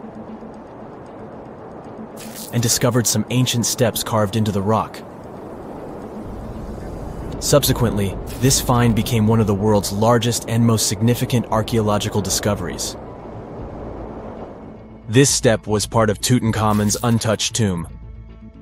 Archaeologists found about 5,000 ancient objects, including jewelry, fabrics, painted vases, and funeral masks. You've probably seen one of them. It has become one of the most recognizable attributes of ancient Egypt. More than 100 years have passed since then, and now humanity has finally become close to another large-scale discovery, the tomb of Cleopatra. This queen was the last active ruler of the Ptolemaic Kingdom of Egypt, who sat on the throne from 51 to 30 BCE. There are many ancient records about Cleopatra, her reign, and her unusual personality, but until now, no one has discovered the secrets about her passing away in the burial place. So, one archaeologist, Dr. Kathleen Martinez, has been studying ancient records and temples around Alexandria for decades, and concluded that the tomb of the queen should be located under the ancient city of Taposiris Magna, founded in 280 BCE. It was a big city on the northern coast of Egypt, where tens of thousands of people were engaged in trade and industry. And it seems that Dr. Martinez's guesses turned out to be correct. She and a group of archaeologists have discovered a secret underground tunnel near Alexandria, with a length of about 0.8 miles. It was cut into the rock under Taposiris Magna's temple. During further excavations, they found many things that indicate Cleopatra's tomb lies in the tunnel's depths. It's also possible that she is buried there together with the Roman commander, Mark Antony. According to ancient records, Cleopatra and Mark Antony loved each other and together opposed the Roman Senate, which declared Antony a traitor. The fact that natural disasters have occurred on the territory of Taposiris Magna for thousands of years can complicate the excavations. Earthquakes and floods destroyed the city and possibly flooded its underground tunnels. But archaeologists hope the ancient tomb remains untouched, and that it hides many treasures and records about the royal life of ancient Egypt during the reign of the last dynasty. There's a chance that excavations will go underwater and in the mud. This will require much time and funding, but archaeologists are sure it's worth it. Anyway, it's too early to say that Cleopatra is really buried there, but scientists have found many things in the tunnel that confirm this, including clay pots, dozens of coins with the image of Cleopatra and Alexander the Great, as well as a bust with the image of the Egyptian queen. Cleopatra is still one of the most popular personalities in Egypt, on an equal footing with Ramesses III and Tutankhamun. She inspired many films, paintings, and books, but what made her so popular? She became famous for her inconsistency. She was a beautiful, intelligent ruler who pulled Egypt out of the crisis and made it a prosperous power. Medieval Arabic texts say she knew chemistry, mathematics, and philosophy, and may have written several scientific books. She knew several languages and had excellent diplomatic skills. At the same time, there are many legends that she was a femme fatale who drove many men crazy. However, there's no evidence that her beauty was incomparable. The image of a stunning model was created by Hollywood when it made several films where famous actresses performed the role of Cleopatra. And the Roman Emperor Octavian, the adopted son of Julius Caesar, specially created the image of Cleopatra as an insidious seductress because he was her enemy. Even though she was born in Egypt, Cleopatra wasn't an Egyptian. Her ancestors were Greeks, among whom was one of the generals of Alexander the Great. However, the people of Egypt loved her. She learned the language and was very sensitive to the traditions of this country. She knew the history, mentality, and customs of ancient Egypt well. She raised the level of its economy and strengthened its status as a world power. Much of this was made possible thanks to her cunning and impressiveness. She loved theatrical performances and lavish celebrations. She knew how to surprise people and put on a show. But behind the exterior image of a luxury lover was an intelligent and calculating ruler. Ancient Egypt was a rich, luxurious country, and Cleopatra did everything to increase its wealth and strengthen its position in the international arena. For example, she was once in conflict with her brother Ptolemy XIII Odd. The queen knew that she wouldn't be able to resist him, so she decided to attract Julius Caesar to their side. The Roman emperor arrived in Alexandria, where Cleopatra wanted to meet him, but Ptolemy knew about her plans and was about to prevent her from coming to Caesar. Then, instead of a rich and noisy arrival, Cleopatra decided to make her visit inconspicuous. She wrapped herself in a carpet or linen bag the emperor's servants carried into Caesar's private chambers. Cleopatra emerged from the carpet and impressed the Roman emperor with her beauty and determination. As a result, they fell in love with each other and became close allies. After some time, she impressed another influential Roman for diplomatic purposes. She arrived to meet Mark Antony on a golden barge with purple sails and silver oars. Cleopatra was dressed in the image of Aphrodite and sat under a magnificent canopy. Her servants dressed like cupids and were blowing her fan and burning incense. But Cleopatra created such a show for a reason. She knew that Antony revered Greek mythology and considered himself the embodiment of Dionysus. As a result, he was so impressed with this woman that he ended up marrying her. Cleopatra defended her crown, strengthened her alliance with Rome, and bore Antony 3 children. In Egypt, They threw big parties and enjoyed wealth with power. However, the relationship of a high-ranking official with the Egyptian queen caused a scandal in Rome. Octavian was Antony's primary opponent in the struggle for power, so he exploited the situation to darken the competitor's reputation. He used propaganda to make Cleopatra an insidious seductress in the eyes of Roman citizens. He accused Antony of succumbing to her charms. The Roman Senate supported Octavian and declared Cleopatra an enemy. In 33 BCE, this conflict reached a high point when Antony's navy clashed with Octavian's fleet. The latter won and forced his enemy to flee to Egypt with Cleopatra. According to some records, they took refuge near Alexandria. Pursued by the Romans, they hid in one of Cleopatra's palaces and met their end. Some legends say that Cleopatra was an expert in poisons. She provoked a venomous snake, a viper or an Egyptian cobra, to bite her. Also, according to another legend, she pricked herself with a poisonous needle. There's a theory that Cleopatra always carried an ampule with poison inside her hairbrush. And when she was cornered, she soaked the needle with this poison and pricked herself. None of this can be said for sure. Scientists are still trying to find out the truth. Perhaps when they reach Cleopatra's tomb, the world will get more answers about her tragic fate. She is considered the last ruler of Egypt. After her passing, Octavian plundered her palaces and temples and returned to Rome, where he became the main emperor. He successfully ruled the country and expanded its borders. His reign ended when he turned 75. World history would have looked different if Cleopatra and Mark Antony hadn't lost that naval battle. By the way, did you know that more time has passed between Cleopatra's reign and Neil Armstrong's flight to the moon than between the reign of the Egyptian queen and the construction of the Great Pyramid of Giza? Armstrong took a step on the Earth satellite in 1969, 38 years after the birth of Cleopatra. And the construction of the pyramid took place in 2560 BCE. Imagine how long the history of ancient Egypt is. Cleopatra is closer to us in time than to the pyramids. Guess what? A treasure that was thought to be lost forever has been found. Back in April 2015, Deep Ocean Search, a team of treasure hunters, recovered 50 million pounds worth of silver rupee coins from the British steamship. The ship sank in the 40s during its journey from India to England. The wreck was found at a whopping depth of almost 17,000 feet, setting a world record for the deepest recovery ever. To put that into perspective, the famous Titanic wreck is only found at a depth of 12,500 feet. But don't be duped. This was no easy feat. The team faced multiple breakdowns of their systems due to the pressure, temperature, and repeated dives at such a depth. Did you hear about the epic treasure found on the Black Swan wreck? It was discovered by Odyssey Marine Exploration in 2007 off Gibraltar, and they hit the jackpot. The salvage team found a whopping 17 tons of coins worth $500 million. Can you even imagine that much money? It's said to be the biggest haul ever found in the treasure hunting world. But the crew didn't spill the beans on where they found it or what kind of coins they uncovered.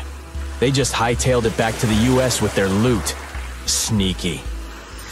An old man in the Dominican Republic was selling a coin that ended up being the oldest coin ever minted in the New World.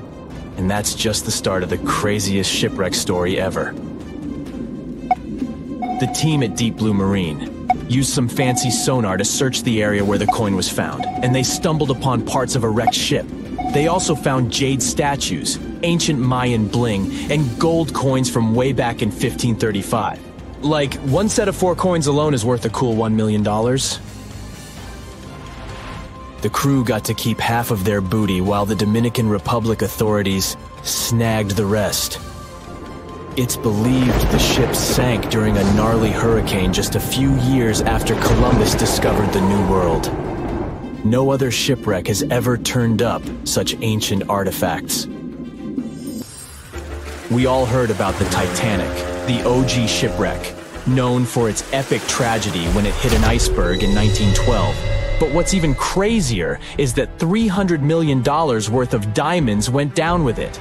Like, can you imagine? American and French researchers who found the ship auctioned off nearly 6,000 items recovered from the wreck. We're talking diamond bracelets, fancy dishes, and even a postcard a passenger wrote to their parents. treasures from the Titanic are still popping up for auction. Like, some deck chairs from the first-class promenade deck were auctioned off for £85,000. They're too delicate to sit on now, but still a crazy piece of history. The Schmidts, a family of treasure hunters, just stumbled upon over $1 million worth of gold artifacts in shallow waters only 30 miles north of West Palm Beach. And get this, one of the coins was even meant for the King of Spain. These treasures were part of the 1715 treasure fleet that sank 300 years ago due to a massive hurricane after leaving Havana, Cuba. Can you believe it was only 15 feet deep in the water? They found 51 gold coins and 40 feet of ornate gold chain. Talk about hitting the jackpot. Brent Brisbane, the owner of 1715 Fleet Queen's Jewels, LLC, said those finds were important not just for their monetary value, but their historical importance. But there's more. The ship was recovered over 50 years ago, and divers have only found about $50 million worth of treasure. It's believed that there's still over $400 million worth of treasure hiding below the sea. The ultimate party of exploration just got a little more exciting. We're talking about Vasco da Gama's Esmeralda, the oldest shipwreck from Europe's age of exploration, baby. This bad boy was wrecked in a gnarly storm back in 1503 along the India route from Europe in the Arabian Sea. But wait, it gets better. The wreck was actually found way back in 1998, but it took almost 2 decades to excavate it. And guess what? They found rare coins, a ship bell, and other cool artifacts that confirm the identity of the ship.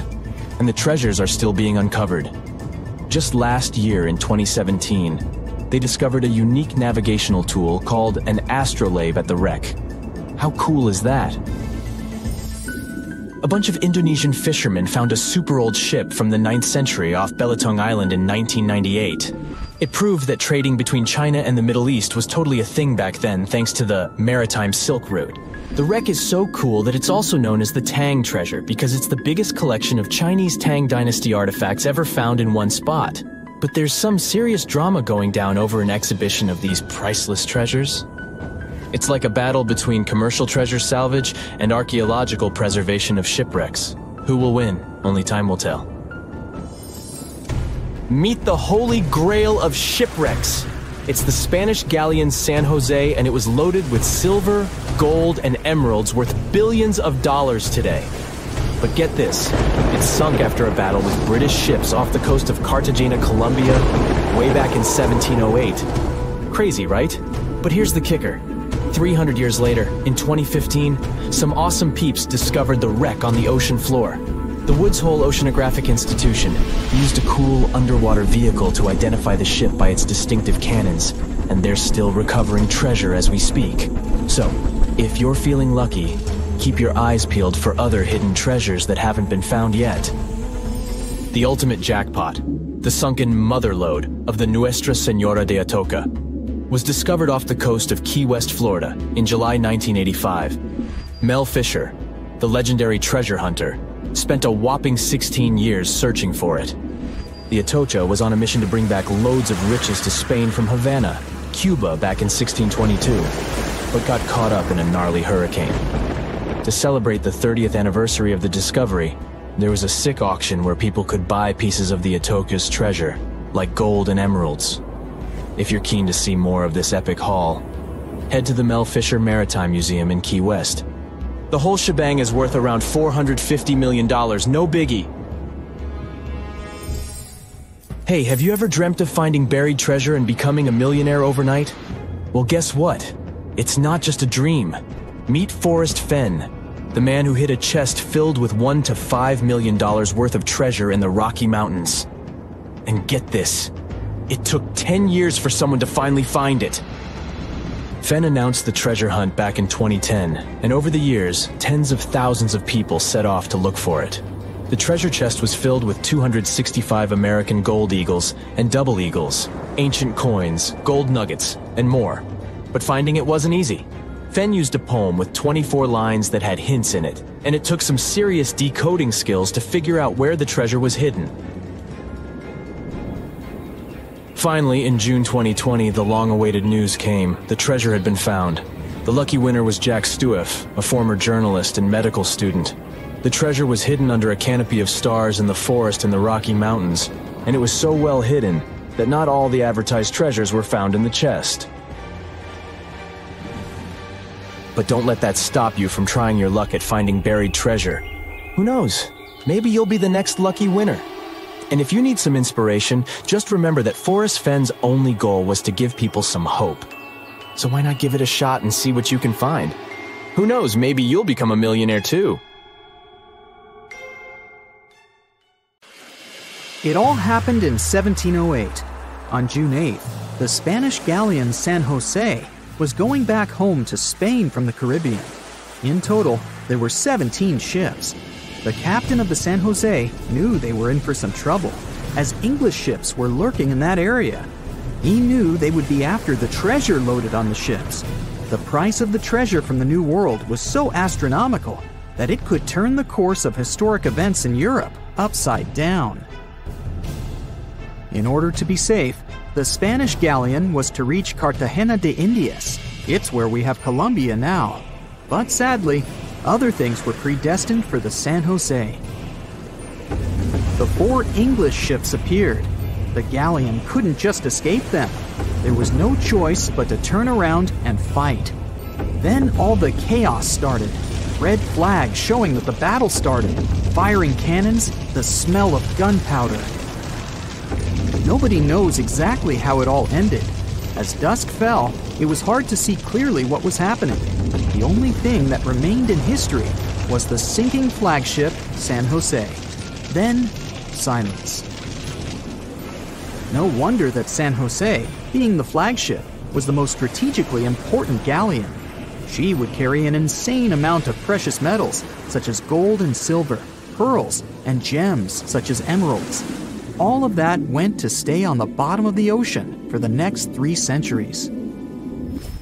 But how come this lost treasure got so legendary? First off, the financial estimates made by scientists shocked people. The ship reportedly carried 7 million to 12 million pesos. Let's translate that to today's money. Yeah, it may not be the wealth that Elon Musk has, but it's around $10 billion. With that money, you could treat yourself to a couple of private jets, a whole car park of Lamborghinis, and a posh mansion. And you'd still have a lot of money left. You may think it all must have gotten rusty, just like the bits and pieces found in the Titanic. But when it comes to gold, things work differently. The Titanic didn't carry gold, or at least not that much of it. The jewels that were on the Titanic were personal belongings. And the cool thing about gold is that it never reacts with oxygen. It means that real gold won't rust or tarnish. So if your golden necklace got somewhat darker, it's a telltale sign it's not pure gold. It's an alloy, which is also cool, by the way, as you can easily clean it. Going back to San Jose's lost treasure, the golden coins there, even over 300 years later, were supposed to look the same way as the day they were minted. Now, going back to the place where the ship supposedly sank, remember I told you the captain wanted to go to the shore where Colombia is today? Well, on December 4th, 2015, the ship was indeed found in the waters of Colombia. As with many other important things today, the world learned about it from a tweet. It was sent by the Colombian then-president Juan Manuel Santos. People have been looking for the San Jose for decades, and once it was finally found, it only got more popular, and even more myths about it began to appear. One of the legends was told by Señor Santos himself. After the wreck had been found, there was a short radio interview. Thing is, the discovery was pretty unexpected. Many people spent a lot of time and effort looking for that wreck, and many of them even gave up hope of ever finding it. Juan Manuel Santos told a story about how the wreck had been discovered. There was an official event outside Colombia where he was accosted by a man. He looked like the famous writer Hemingway. He sported a white beard and had white hair. The only thing that Hemingway-looking man wanted was 2 minutes of Santos's time. The president conceded and listened to the man. What happened next was unbelievable. The man pulled out an antique map, more precisely, a carefully framed copy, and told the president that no one else knew about it. The man pointed to one exact spot. He said that it was the exact location of the treasure, and that place didn't appear on any other map. He guaranteed that he knew where the treasure was. The story sounded crazy and swashbuckling. Whoever that man was, he turned out to be right. His identity remains a mystery for everyone, but somehow that man found the funding, determined the area to be inspected, and even made his way to meet the president. Right, the San Jose was stuffed with gold, and whoever found it would get filthy rich for the rest of their life. But let's face it, there's no way an ordinary person could ever discover such a treasure, as it requires too much effort and too much funding. But what if you're into treasure hunting and you want to go and find some treasure chests somewhere? Well, I guess I have a story about ordinary people looking and even eventually finding real treasure. Meet Forrest Fenn, an eccentric millionaire who hid a $1 to $5 million treasure. The exact worth was unidentified. You see, even Mr. Fenn himself said he never tried to appraise it. Inside the chest, there were 265 American gold eagles and double eagles, ancient coins, gold nuggets, you name it. Forrest stashed the chest in the Rocky Mountains and announced the treasure hunt back in 2010. Now let's focus on a map for a little bit and see how vast the Rocky Mountains are. Basically, the treasure hunters were supposed to sweep the two countries, both the USA and Canada. At first, it was a small treasure hunt with only a couple of people who knew about it. But sometime later, there was pretty much a competition, as tens of thousands of people set off to look for the treasure. There was research stating that over the decade, about 350,000 people tried their luck looking for the mystery chest. To announce the hunt, Forrest Fenn used a poem made up of 24 lines. The poem had some hints in it that most treasure hunters failed to decode. It was so well hidden that it took 10 years to finally discover it. There was also a blog called Thrill of the Chase, and on June 6, 2020, Mr. Fenn finally posted the long-awaited news. The treasure had been found. Forrest himself admitted that anyone who read the instructions from the poem carefully could find the treasure. The poem created a lot of buzz on the internet, with many users trying to decode the 9 hints the poem had. Some of them even suggested the possible keys to decode the puzzle. Those speculations might have helped the person who eventually found the treasure. At first, even Forrest Fenn himself didn't know who cracked all the codes in the poem, made it through the dense forest, and retrieved the chest. The lucky finder preferred to stay anonymous, and all we initially knew was that it was a man from the eastern United States. The winner sent a photograph to Forrest Fenn, and thus the treasure hunt was officially over. Sometime later, though, he revealed himself. It was Jack Stewart, a former journalist and medical student. The treasure was hidden under a canopy of stars in a forest in the Rocky Mountains. The vegetation there is lush, so the chest was hidden deep within.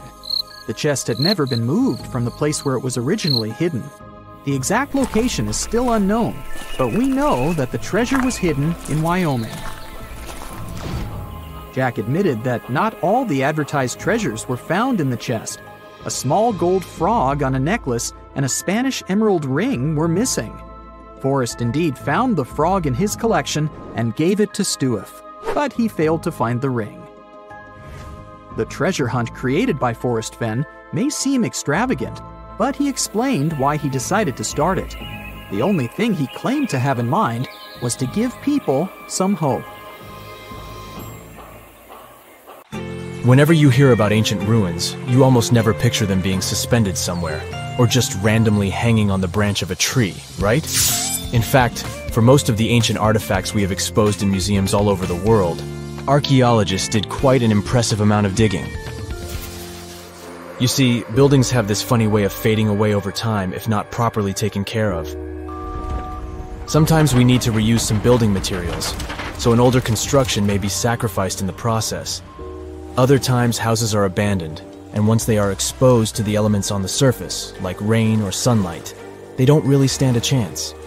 Some just simply crumble away due to good old erosion. So the only way a piece of architecture can survive the test of time is if it's somehow gotten buried deep down.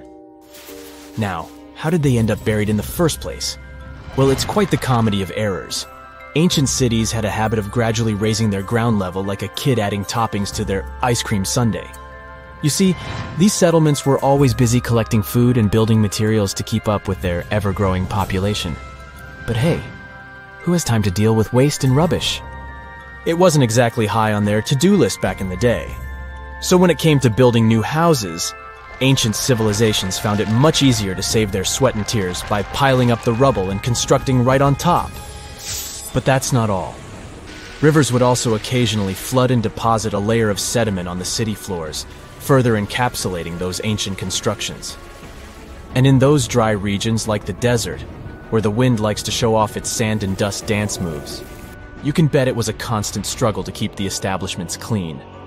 One hilarious example is the Sphinx, which had its head buried in sand until a group of archaeologists unearthed it in 1817. Some ancient towns eventually got covered up because they were completely abandoned. With less human activity to control their expansion, plant seeds couldn't resist the opportunity and sprouted all over the place. They gobbled up carbon dioxide from the air and grew, adding more and more bulk to the ground. Those cheeky roots even decided to stabilize the soil made from decaying plant matter, creating layers upon layers of earthy goodness. It's like the ultimate DIY project Mother Nature embarked on, with plants as her loyal helpers. The act of digging into the secrets of ancient civilizations is not just about unearthing a lost world. It's also an epic quest to reveal the hidden treasures beneath layers of history. But how do archaeologists know where to dig in the first place? If everything is covered in layers upon layers of sediments, debris, and plant roots, they must have some sort of system they rely on before embarking on a new project, right? For starters, they're not always the ones suggesting an archaeological dig in a certain location. Let me explain. Let's say you're a contractor and you want to build a new fancy apartment complex in your city. Some local legislations have certain requirements before your project can start, though. For instance, before anyone starts building on a piece of land, they might need to bring in specialists to check the soil. These clever folks can be archaeologists, geologists, or paleontologists, and they need to keep an eye on things during development. If any artifacts or ecofacts, fancy word for organic remnants, are discovered, these experts swoop in to excavate and study them. But what about sites that have nothing to do with bulldozers and yellow hats? Archaeologists have more than one trick up their sleeves when it comes to locating ancient hotspots. They dive deep into historic records with a healthy dose of detective work. By sniffing out old documents and maps, they can piece together the puzzle of human activity in a specific area. If a site has been visited before, it's even better. Finding records of past excavations or historical accounts can give archaeologists lots of information on where to continue their treasure hunt. Before archaeologists start swinging their shovels, they engage in a bit of a visual scan mission. Armed with a grid system, they'll stroll around the site, keeping their eyes peeled for any artifacts that might be hiding just beneath the Earth's upper layer. From groundstone tools to historic glass and even ancient garbage dumps, yes, they're also valuable. These keen-eyed explorers can spot signs of human activity faster than most people. If they stumble upon midden soil, fancy term for a garbage dump, they know for sure that humans once called this place home. Archaeologists don't just rely on their trusty shovels, though. They have an arsenal of gadgets to aid in their search for hidden wonders. Geophysical tools are like their secret weapons. Take the resistivity meter, for example. This clever contraption measures the electrical component of the soil and any buried features or artifacts. A buried wall, for instance, will create a different resistivity reading than the surrounding soil. Magnetometers and ground-penetrating radar work in similar ways, showcasing potential hints of ancient treasures in the soil. And who could forget our trusty old friend, the GPS? It helps archaeologists map out precise locations, like a high-tech treasure map, leading them straight to their pot of gold. Care to virtually visit some of the most important archaeological sites in the world? Well, follow me. In the United Kingdom, for instance, you'll find this interesting place called Stonehenge. It's one of many henges scattered around, but this one really takes the cake. Picture this: massive ancient stones standing tall and proud, arranged in a funky outer ring and an inner horseshoe, with some smaller stones thrown in for good measure. And guess what? These amazing stones have been around for over 5,000 years. Talk about a serious case of rock-solid longevity. Now, here's where it gets interesting. According to local folklore, the legendary wizard Merlin whipped out his magic wand and poof! He teleported these massive stones all the way from Ireland. Apparently, some giants had assembled them there, but Merlin decided they would look much better at their new location. Others think it's just the ruined remains of an old Roman spiritual edifice. These amazing structures were built by our Bronze Age ancestors. With their simple tools and limited tech, they managed to create this monumental masterpiece. Impressive, right? Unfortunately, there's still so much we don't know about this area. Stonehenge's initial purpose remains a mystery to this day. Sure, there are lots of theories, but scientists have yet to agree on the subject. However, we do know that it's perfectly aligned to catch the sunrise during the summer and winter solstices. The ancient city of Pompeii is an equally amazing archaeological site. Picture this: Mount Vesuvius, a notorious troublemaker, decided to throw a volcanic tantrum and completely covered this ancient Roman city. It turned it into a time capsule, located outside present-day Naples in Italy. Fast forward to the year 1748, when a bunch of adventurous explorers stumbled upon Pompeii. Lo and behold, they discovered a treasure trove of well-preserved goodies: streets, houses, food, probably a bit stale by then, blingy jewelry, fancy sculptures, colorful frescoes, everyday household items, and even animal and human remains. It was like an epic archaeological party. From the looks of it, Pompeii had it all. Fancy houses and villas, a massive 20,000-seat arena, cute little artisan shops, hangouts like taverns. And let's not forget the saucy spots like those luxurious bathhouses for some intense pampering. There's also the sanctuary of Apollo, where people used to gather for their daily dose of worship.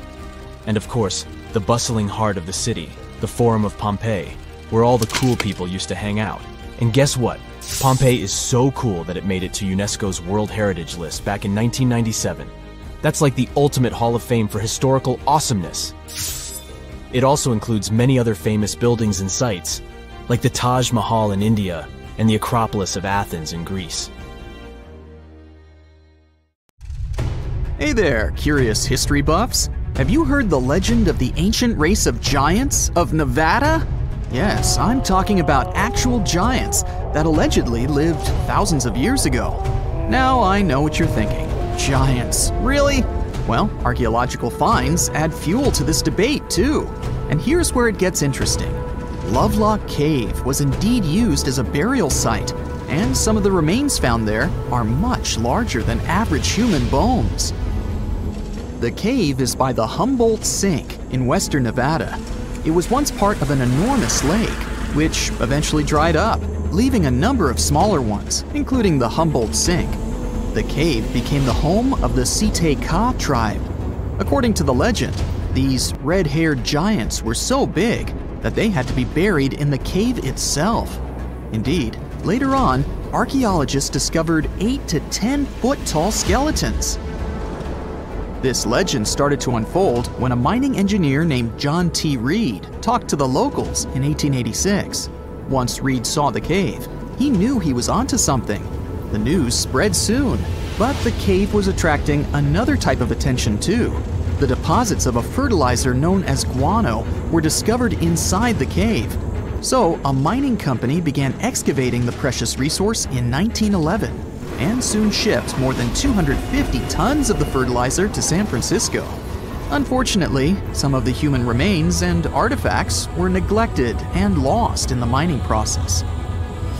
This led to an official excavation in 1912 and 1924. After the top layer of guano had been mined, strange objects started to surface.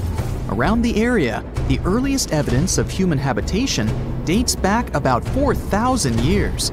The Lovelock culture lasted for some 3,000 years, and they left us with 10,000 stunning artifacts. The pits in the cave were like a series of time capsules hidden at different depths. Archaeologists determined the age of each pit by its depth. It turns out that many different groups used the cave for storage over a really long time, and the things they stored there give us a really cool glimpse into their cultures. It's like a giant ancient storage unit full of hidden treasures. What have the researchers found besides the giant bones, you might ask? Some other bodies were mummified using a method similar to the one applied by ancient Egyptians. These remains also had something in common with the bodies discovered as far south as Lake Titicaca. Both mummies had some red hair, yet there are scientists who believe this reddish hue is the result of the interaction with the environment in which the bodies stayed. So, while the story of the red-haired giants may be a wild and intriguing tale, not everyone is convinced. Some experts believe that the bones found in Lovelock Cave are simply the remains of prehistoric animals, like mammoths or sloths. But others insist that there's something more to the story. Other relics, such as finely crafted baskets and exquisite duck decoys made from tule fibers, were also found there. In any case, this cave is worth the attention it gets. By the way, you can still visit this cave today and see the pits of different depths with your own eyes. But let me tell you one thing. It's in a hot, dry, and isolated place. Archaeologists have made another discovery that seems to be straight out of a legend. They think they found the palace of the one and only Odysseus, who was the legendary Greek king of Ithaca and the hero of Homer's epic poem. Move over, Indiana Jones. We've got some real-life adventure happening here from around 1300 BCE. Apparently, this is the only palace mentioned in Homer's epic poems that hasn't been found. The excavations have been made on the Ionian Islands, and the view from the ruins found on the island of Ithaca are exactly as described in the Odyssey, says the professor who led the excavation team. Known to the ancient Romans as Ulysses, the Greek hero took 10 years to return home to Ithaca after the fall of Troy. For many years, Homer's other epic, called the Iliad, which tells the story of the protracted siege of Troy by the Greeks, was regarded as a myth too. But then, in the 1870s, Troy was rediscovered in modern-day Turkey's Çanakkale city. So, if they found Troy, who's to say they couldn't find Odysseus's home? The researchers were following Homer's words as a roadmap. The excavation site has a building complex with 2 levels. It has important finds such as storerooms and workshops, a complicated drainage system, and fragments of pottery. It also has a well from the 8th century BCE, which is around the time when Odysseus is believed to have been the king.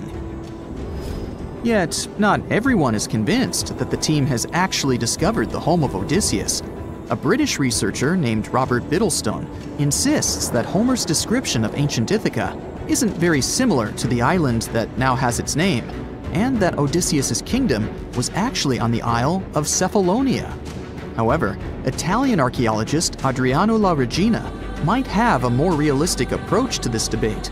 He says that whether this find has a connection to Ulysses or not, what's more important is the discovery of this royal palace.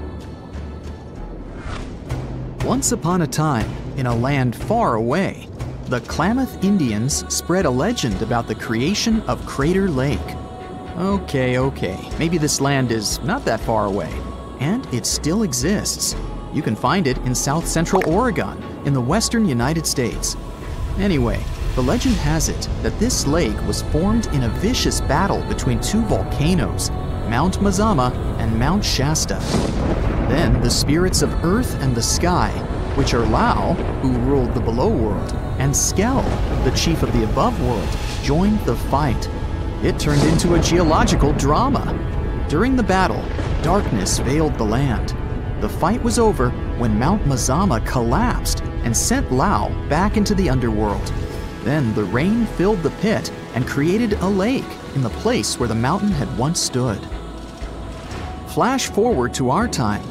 Scientists have discovered that Mount Mazama did erupt 7,700 years ago. Artifacts found in the area prove that the legend indeed contains some details about the explosion. The tale says that red-hot rocks were flying through the sky. This happened during the volcanic eruption that caused the mountain to collapse. This created the volcanic caldera, which later on got filled with water. What makes this legend came true story unusual is how long it has existed. According to researchers, these types of verbal stories lose their credibility within 600 to 700 years.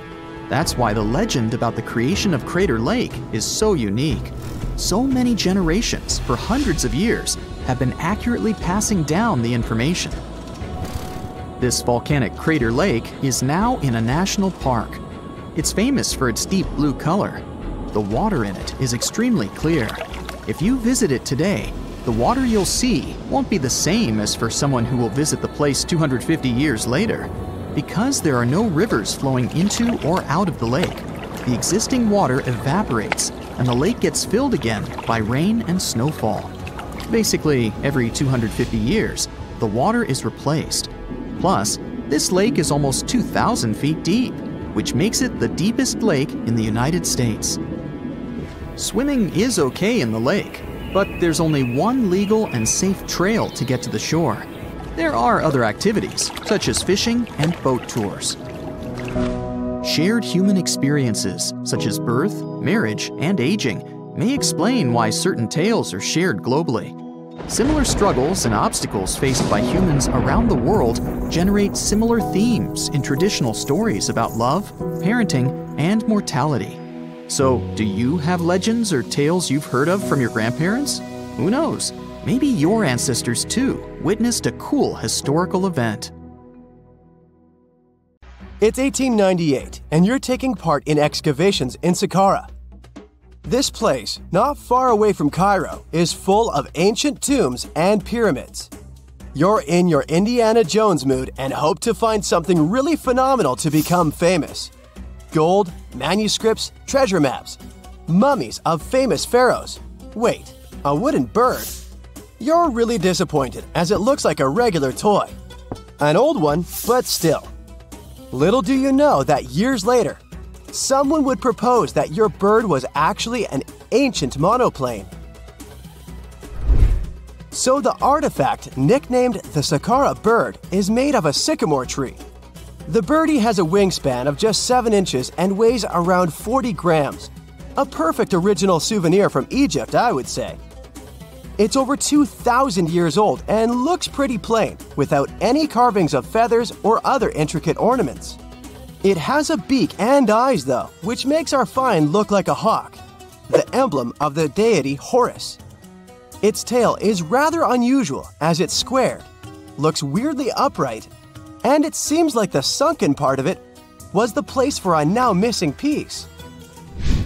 Humans love solving a good mystery, so there have been several attempts to explain the use of the birdie. First, quite simply, is that it was a ceremonial object. The second idea is that it was a toy for a child from some well-off family. It could have been some sort of boomerang, which was a popular concept in ancient Egypt. Then there was a theory that the bird had been used as a weather vane. But this one has been debunked as the figure doesn't have any holes or markings, except for the one made at the museum in Cairo to fix the exhibit on a stick. So there was no way to hang it in the past. Almost a century after the bird was found, Egyptologist Dr. Khalil Masiha proposed a new theory that it could have been a model of a monoplane. He believed the bird was missing a horizontal tailplane. Otherwise, it had its wings set at a right angle, similar to that of modern planes. It could have worked to generate the aerodynamic lift necessary for flights. Dr. Masiha also claimed that it was common at that time to place miniature models of technological inventions in tombs. So, did the ancient Egyptians really invent the plane in 200 BCE? That would make the Wright brothers, who are considered the inventors of aviation, really upset. They made one of their first flights only in 1903. There's just one way to know for sure, and that is to test the model. But you know, the ancient museum in Cairo would unlikely let one of their cherished exhibits fly around like a toy. That's why glider designer Martin Gregory built a similar model, this time of balsa wood, and concluded that even with the missing tailplane, the plane wasn't much of a flyer. Case solved? Not really. This didn't sound convincing enough to the History Channel, so they invited an aerodynamics expert to build another replica of the bird. He tested it in weather conditions similar to those in Egypt and was impressed with the little plane's abilities. So, if they did invent the prototype of a plane back in the times of pharaohs, it would be a good example of an oopart. That's an out-of-place artifact, an object that's way ahead of its time in terms of technology or history. And the Sahara bird isn't the only example of such a revolutionary concept. In 1901, a group of divers retrieved the Antikythera mechanism from an underwater shipwreck near the Greek island of Antikythera. It's been dubbed the world's first analog computer, and it's currently dated around 100 BCE. The bronze mechanism could tell the position of the sun, moon, planets, and stars, as well as the lunar phase, the dates of upcoming solar eclipses, and even the speed at which the moon moves through the sky. No one's sure who used it and how or where it was made. But it's obvious that it's extremely precise and way too advanced for its time. The first flushing toilets in the world were invented in the middle of the 20th century. Just kidding. The ancient Minoans on the Mediterranean island of Crete and the Indus Valley civilization both came up with this brilliant invention at the same time, around 4,000 years ago. The plumbing and sanitation were so well done that no one managed to design anything better until 2,000 years later. One ancient Minoan lavatory was discovered at the Palace of Knossos. It looks like it had a wooden seat set over a tunnel that directed water from a rooftop reservoir to an underground sewer. Other varieties got water from jugs. Only the super rich people could afford all this glory. So if you wanted to shop for real estate back then, the flushing toilet would be a telltale sign you were in the rich neighborhood. Automated doors became a cool, seemingly new invention back in 1931. But the technology behind them is actually much older. Think the 1st century CE old. Mathematician and engineer Heron of Alexandria came up with a hydraulic system to open and close temple doors. To bring it into action, you need to light a fire to produce heat. There was a brass pot under the fire, half filled with water. The inventor connected the brass pot to containers that acted as weights. When the fire was burning, the water moved into the containers. They went down and pulled the ropes. It was nothing like a supermarket door that opens in front of you before you even have time to think. Heron's door took hours to open, and there was no way to stop the process. That's why they only opened the doors once a day before people entered the temple, to add some mysticism at the temple during ceremonies. Spooky. Looks like the first ever battery was invented in Baghdad around 2,000 years ago.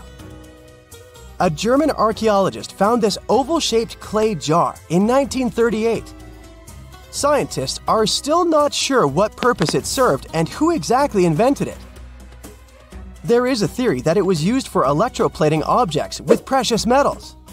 When they filled it with a weak acid like vinegar, the battery produced around 1 volt of electricity. Another theory says it was a vessel for sacred scrolls. Would you like to buy contact lenses designed by Leonardo da Vinci himself? In 1508, he invented a glass lens with a funnel on one side. You were supposed to wear it with water inside to improve your vision. Sounds a bit uncomfortable, doesn't it? So, around a century later, French scientist René Descartes decided to improve the idea and make the cornea contact the future lenses. Contacts because they contact your eyes, get it?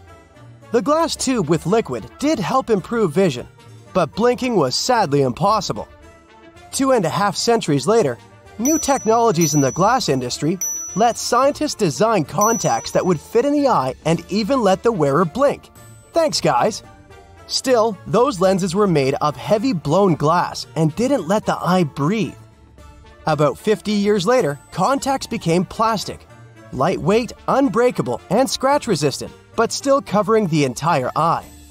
And then, in 1948, an English optical technician accidentally sanded down a plastic lens and figured out they'd still be in place even if they covered only the cornea.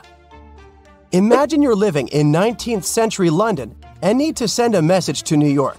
It would have taken about 10 days to get there by ship. So when delivery time went from days to hours in 1858, it was a true sensation. The first message was sent by Queen Victoria herself. It was all made possible thanks to the transatlantic telegraph cable, running under the ocean. Sadly, the new cool invention only lasted a few weeks. It took years to bring it back to life. Egyptian archaeologists made an extraordinary discovery near Cairo just recently. Drumroll, please. The most ancient and most complete mummy yet discovered in the country. Yes, they were keeping it under wraps. The 4,300-year-old mummy was found in a group of tombs close to the step pyramid of Djoser, dating back to the Egyptian Old Kingdom. It was covered in layers of gold. The team also found several other tombs, including one belonging to an ancient Egyptian official and another belonging to a secret keeper who had the power to perform special ceremonies. Another interesting tomb was that of a writer, which featured the largest statues ever found in the area. This vast burial site is also home to more than a dozen pyramids and resting grounds. Probably one of the most famous mummies in the world is that of Hatshepsut. She ruled Egypt like a boss for around 20 years, building all sorts of impressive buildings and creating new trade routes. But when archaeologist Howard Carter found her tomb in the Valley of the Kings, her sarcophagus was empty. However, Carter did find two coffins in another tomb, one of which belonged to Hatshepsut's wet nurse and the other to an unknown woman. In 2006, a team of specialists decided to investigate whether that mysterious lady was the queen herself. They found a molar tooth in a wooden box with Hatshepsut's name on it, and when they compared it to a gap in the mummy's mouth, it was a perfect match. Ramses II was a pretty impressive ruler, but it was his mummy that eventually made history. Now, we don't hear too much about his daddy. Okay, I'll stop. Ramses is considered to be the most powerful pharaoh in all of Egypt, as he reigned for a whopping 6 decades. He also lived to be over 90 years old. Now that's pretty amazing, considering the time he lived in. Ramses II supposedly had over 100 offspring too. Talk about a big family. When he passed away, his body was originally buried in the Valley of the Kings, but some sneaky guys tried to rob his tomb of all his treasures. Officials back in the day weren't having any of that though, so they moved his body to a secret location to keep it safe. Fast forward to the 1800s, and Ramses II's mummy was discovered along with a bunch of other rulers and important officials. But it wasn't in the best condition, so archaeologists flew it to Paris to get it, pampered. Problem was, he couldn't just be transported into another country. The only solution available was to give Ramses II his own passport. His occupation was listed as king, and the document even featured his photo. Most mummies aren't necessarily known for having the most hydrated skin. But that of an ancient woman, also known as Lady Di, proves otherwise. No, not that Lady Di. This wealthy lady from ancient times was discovered in an ornate tomb in 1971, and she looked fabulous, if we can say so about a mummy. Thanks to the special conditions in her tomb, like the moisture in the environment and the lack of oxygen, her body was almost perfectly preserved. Her skin was soft, her hair was on point, and she was still flexible. The museum that now proudly displays her mummy also shows a ton of fancy items that were buried with her, like dinnerware and musical instruments. Archaeologists investigated the mummy further and discovered that she passed away from a heart attack at around 50 years old. Even though it hasn't been around for over 2,000 years, Lady Di is still making history. The mummy of Otzi the Iceman was discovered in the Alps in 1991. Austrian authorities initially thought he was a modern mountaineer because he was so well preserved. Turns out, he was actually from the Copper Age. He was found in a mountain pass over 10,000 feet above sea level. Through studying his mummy, we've learned so much about life in Copper Age Europe. For example, we know that he was a native of Central Europe and enjoyed eating meat. He also suffered from arthritis, narrowing arteries, and intestinal problems. But he likely used acupuncture and medicinal herbs to treat these conditions. And apparently, he was pretty handy with tools. He sharpened them just days before his untimely demise. Who knows if he was expecting trouble or just getting ready for some routine work. Now, King Tut and his story is most likely the one that made all mummies famous. This pharaoh passed away at the young age of 19, more than 3,000 years ago. But his mummy is still one of the most well-known in the world. When his tomb was opened in 1922, people went wild because it was still intact, unlike many other royal tombs. It had some seriously blinged-out coffins, including one made of solid gold. Not only did Tut's tomb give us a glimpse into ancient Egyptian history, but his mummy also taught us a lot about the time he lived in. DNA analysis helped identify his parents and revealed that the pharaoh had a rare bone disorder that might have made walking a bit tough. Now, Ginger is most likely one of the coolest mummies you'll ever hear about. He's like a time traveler from 5,000 years ago who's still looking fly with his golden hair and perfectly preserved nails. Ginger was discovered in Egypt and is believed to be the earliest known mummified body. Before people even knew about mummification, they used to place bodies in shallow graves in the hot, dry sand. And since the sand absorbed all the water, bacteria couldn't reproduce and the body was preserved naturally. Now, scientists are not sure if Ginger's preservation was intentional or not, but since he was buried with some pottery vessels, it's likely that whoever buried him knew some serious preservation techniques. If you want to meet Ginger in person, he's currently chilling at the British Museum. One Dutch art collector bought a statue from Asia and ended up finding a weird discovery.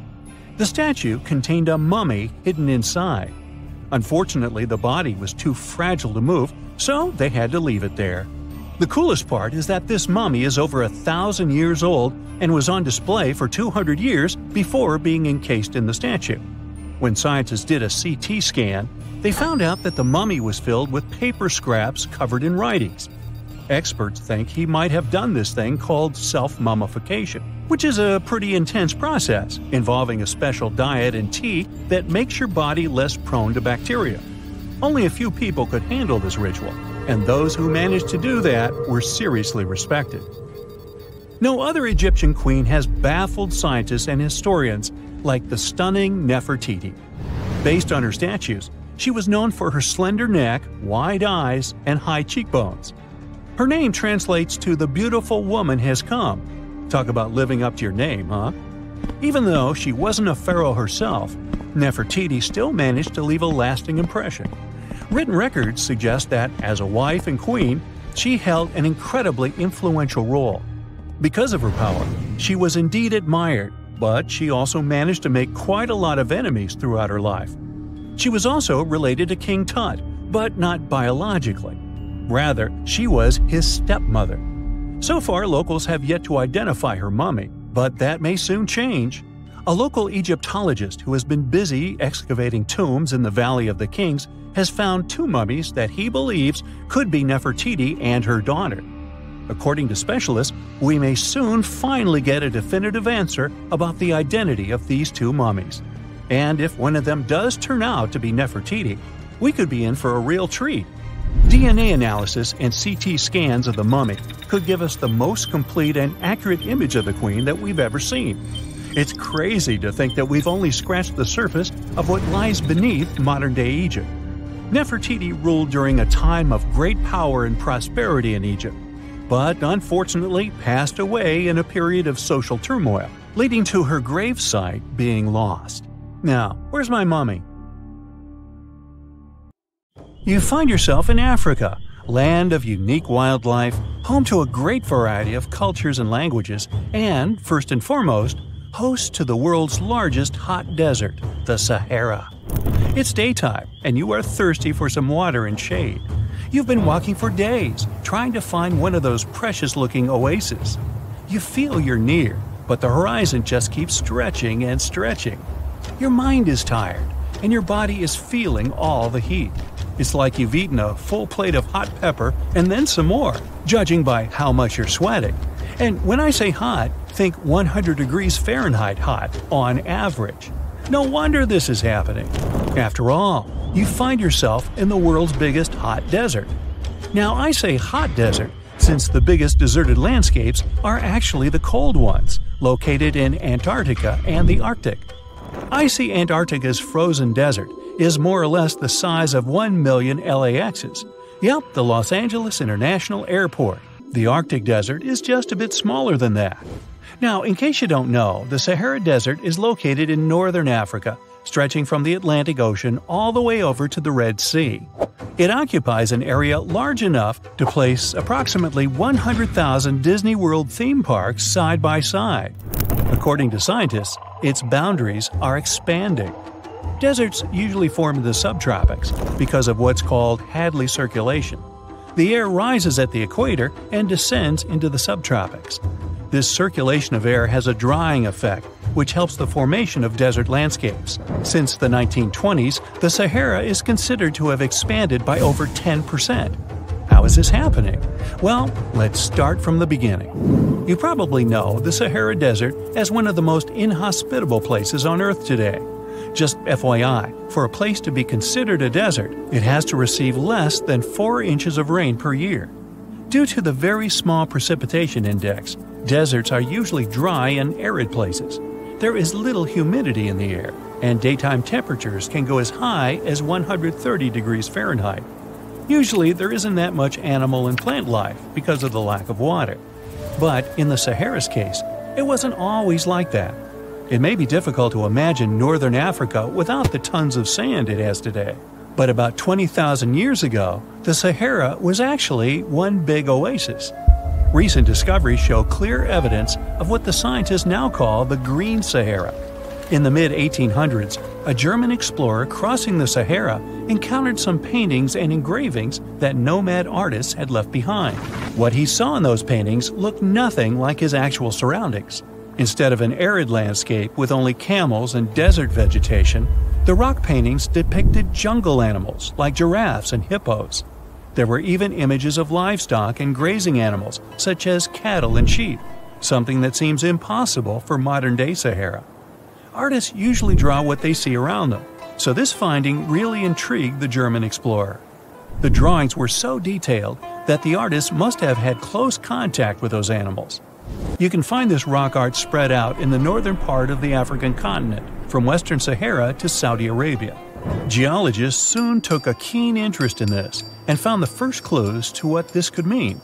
They have been able to confirm that, in fact, northern Africa was once much wetter. They found evidence from nearby deep-sea sediment off the coast of Mauritania.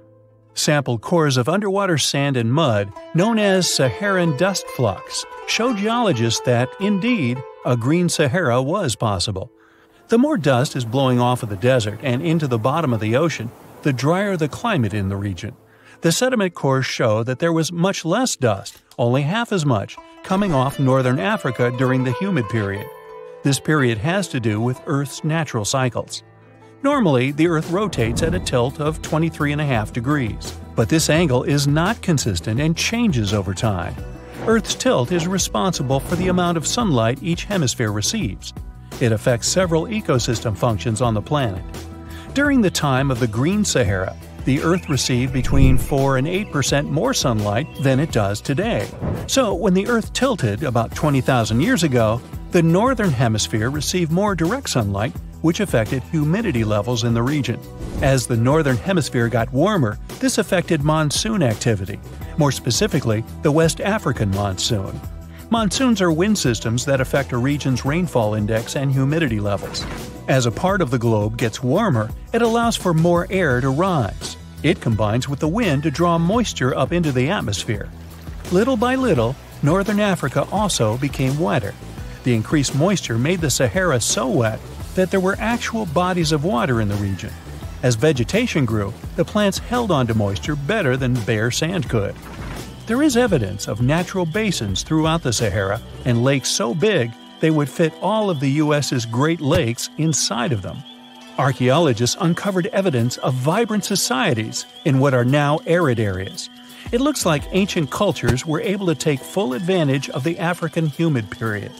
According to researchers, the human population peaked across the Sahara about 9,000 years ago.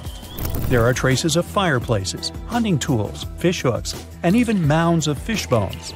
Records show that there have been over 230 green periods over the span of 8 million years.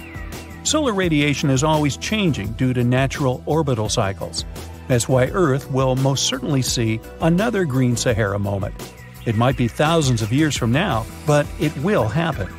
The same way the Sahara turns green, it turns yellow again. Let's put it like that. All it takes is a significant axial tilt and a few years of readjusting. However, another phenomenon is calling the attention of scientists now.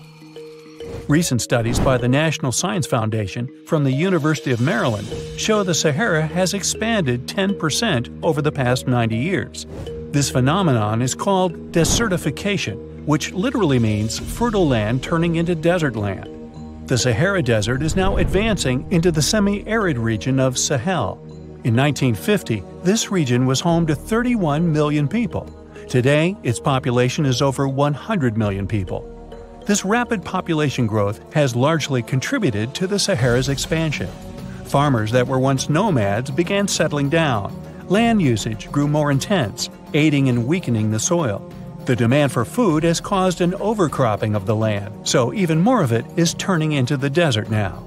The study also shows that natural climate cycles can affect rainfall in the Sahara and the Sahel. Scientists affirm that all deserts fluctuate, not only the Sahara. A desert's boundary may expand in the dry winter and contract during the wetter summer. South of the Sahara lies the Chad Basin.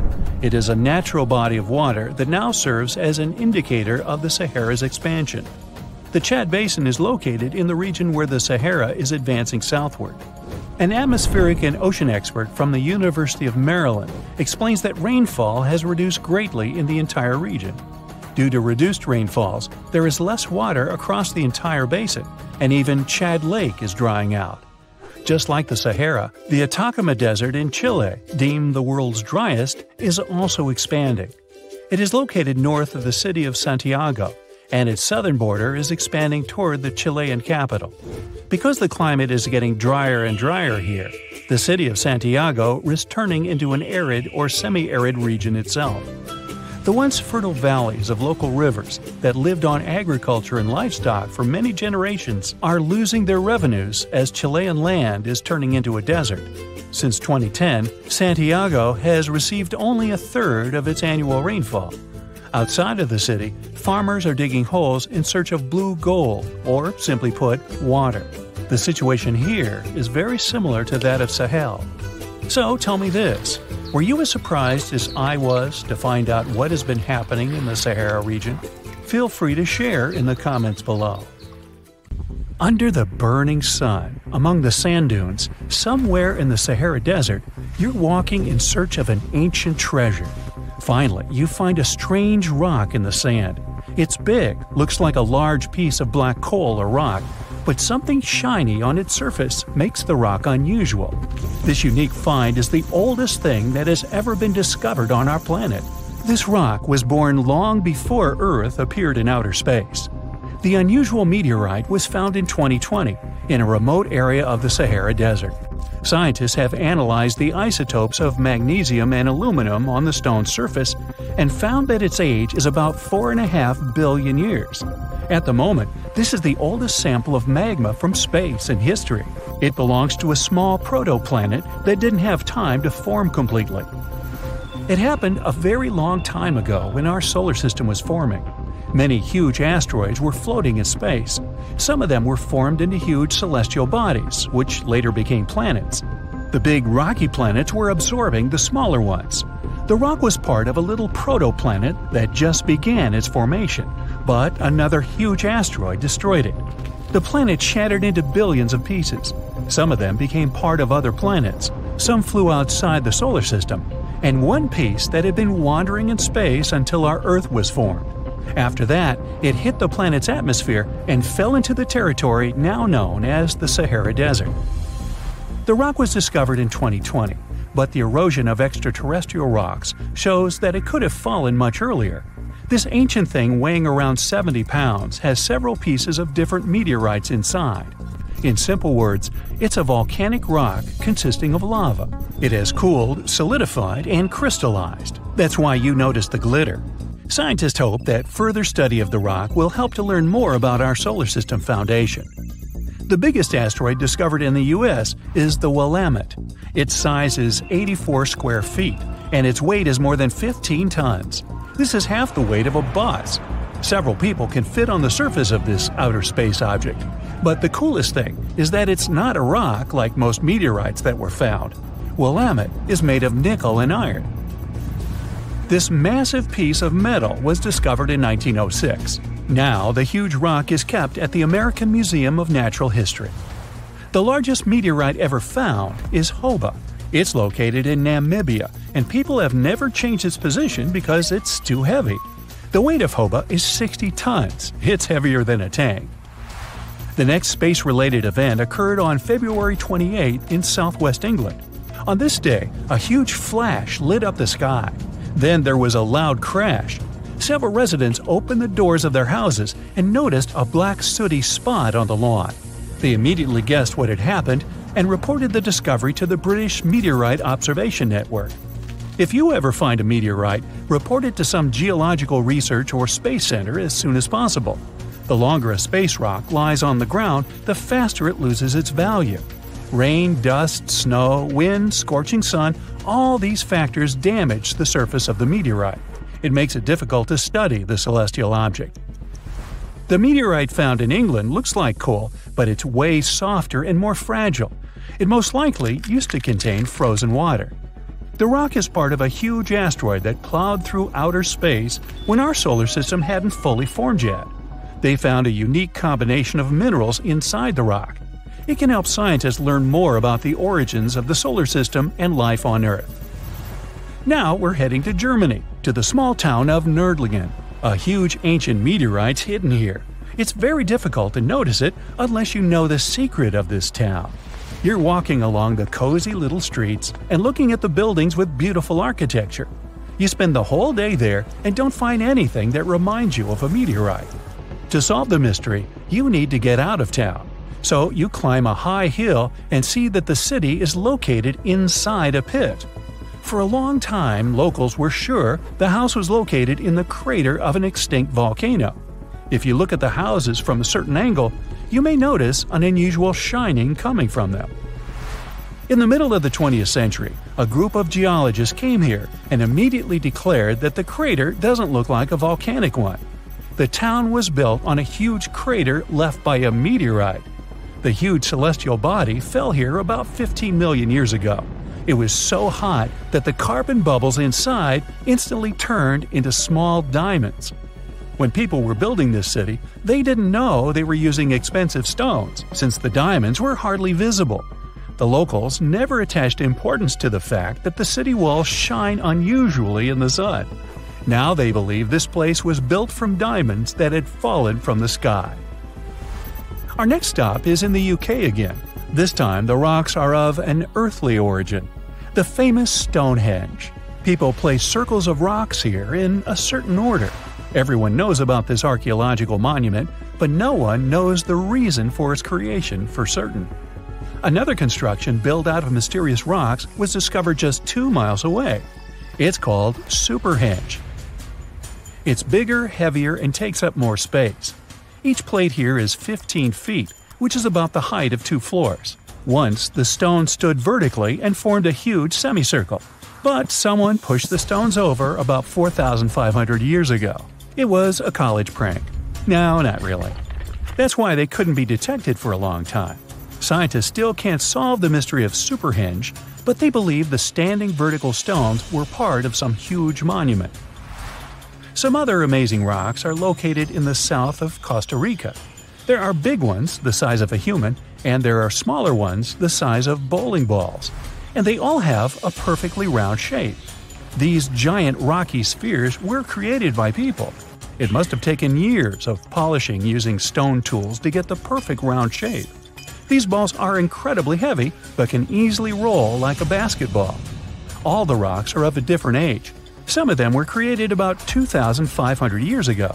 Most of them are made of molten volcanic magma.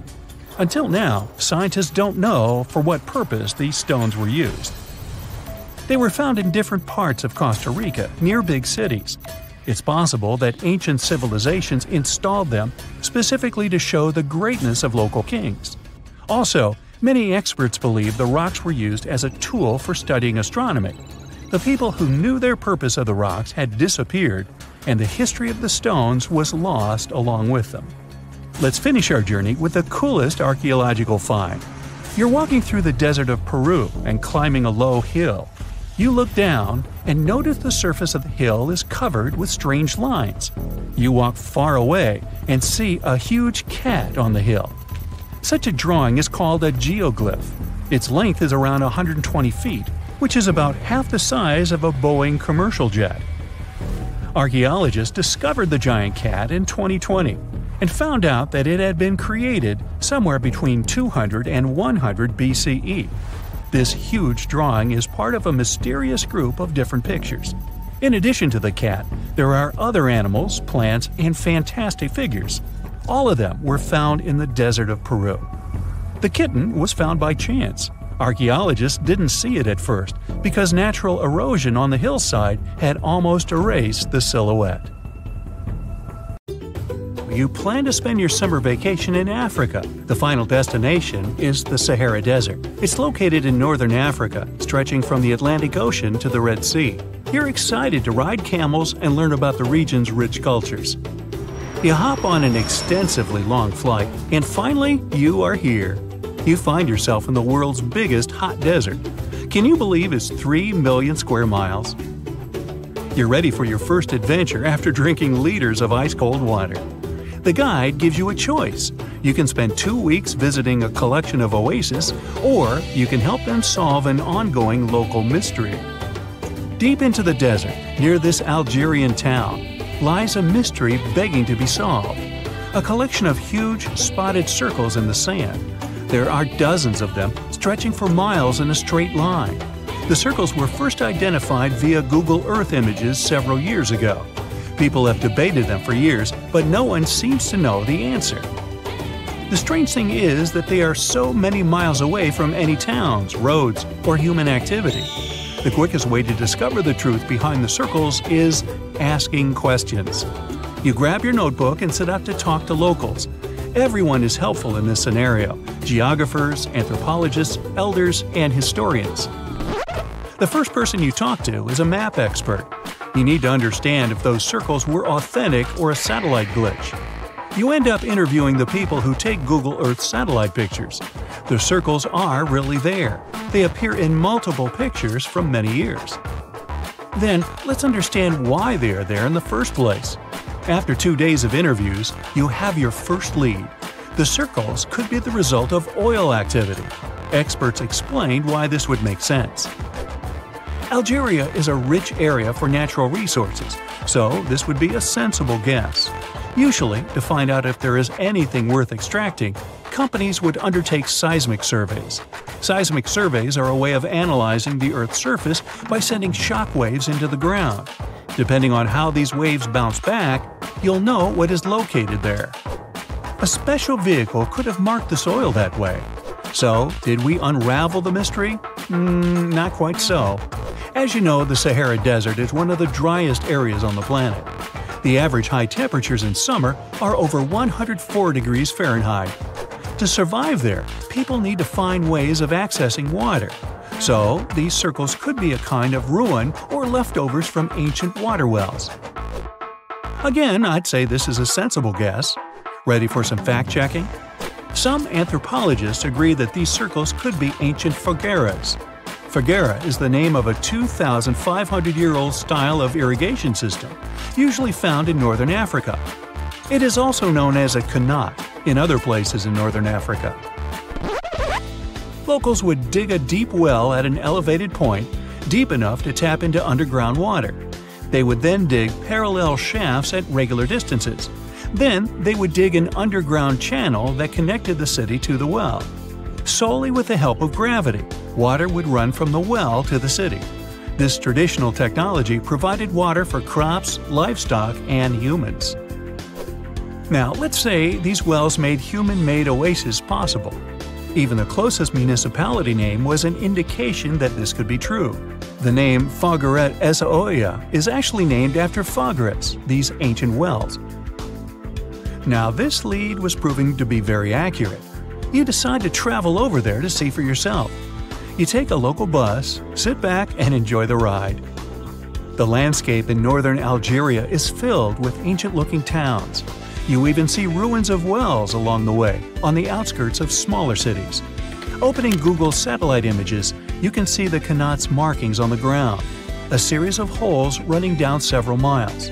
But as soon as you arrive, you find out you were wrong. Dale Lightfoot, one of the world's leading experts on Qanats, said that the circles were definitely not Qanats. Even the satellite images confirm this difference. Uh-oh, we were so close. Apparently, Qanats or Fogares would not run down a straight line. They wouldn't be shaped like circles. Another clue that this wasn't the case was that there were no towns at the end. The circles were really far away from any human activity, and Qanats were explicitly built to provide water for human settlements. Well, it sure was a good try. You almost gave up on this mystery when you decided to take one more field trip. It was days of preparation, pick up cars, food, equipment, all so that the mystery of the Sahara Circles could be unraveled. On the first day, you drove over 99 miles into the desert. You were always curious to see what this part of the world looked like. Over there, you see nothing but mustard yellow dunes. The night sky is pretty decent though. You can see the entire Milky Way with your own eyes. You set up camp and sleep under a canopy of stars. The next day, tension grows. There's no cell reception. Oh dear. But thankfully, you added the coordinates of the circles to your Google map. And surprise, the offline mode works out there. You follow the coordinates, but it leads you astray. You start to get nervous, thinking this was all in vain. But you and the team get into the car and drive a few more miles past the coordinates on your phone. After a very bumpy ride, you can't believe your eyes. There it is, an enormous crater dug on the sand, surrounded by 12 smaller holes. From up high, it looks like a clock, without the pointers, of course. On the ground, they're very faint, so faint you almost miss them. Searching the area, you notice all the holes had something similar, metal wires, thin wires that you can pull from the ground. They're buried deep, so you start digging. An object starts to reveal itself.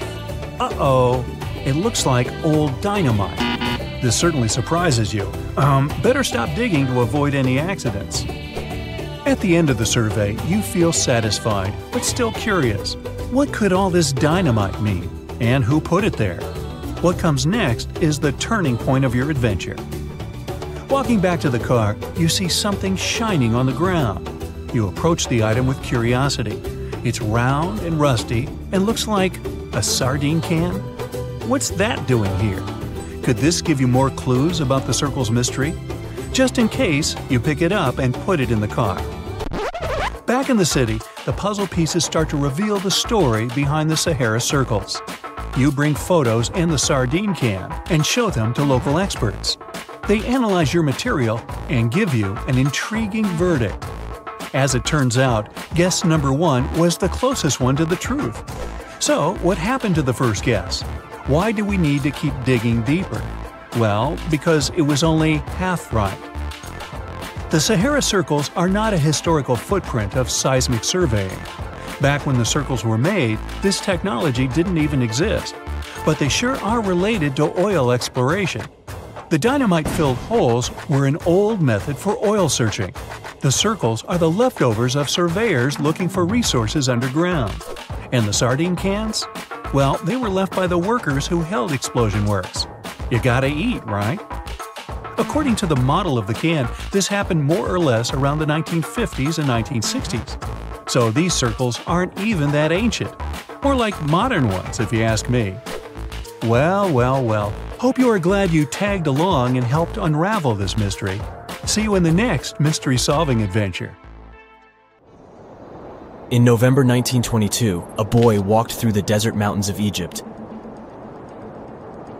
and discovered some ancient steps carved into the rock. Subsequently, this find became one of the world's largest and most significant archaeological discoveries. This step was part of Tutankhamun's untouched tomb. Archaeologists found about 5,000 ancient objects, including jewelry, fabrics, painted vases, and funeral masks. You've probably seen one of them. It has become one of the most recognizable attributes of ancient Egypt.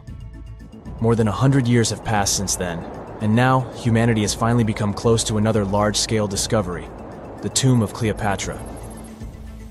This queen was the last active ruler of the Ptolemaic Kingdom of Egypt, who sat on the throne from 51 to 30 BCE. There are many ancient records about Cleopatra, her reign, and her unusual personality, but until now, no one has discovered the secrets about her passing away in the burial place. So, one archaeologist, Dr. Kathleen Martinez, has been studying ancient records and temples around Alexandria for decades, and concluded that the tomb of the queen should be located under the ancient city of Taposiris Magna, founded in 280 BCE.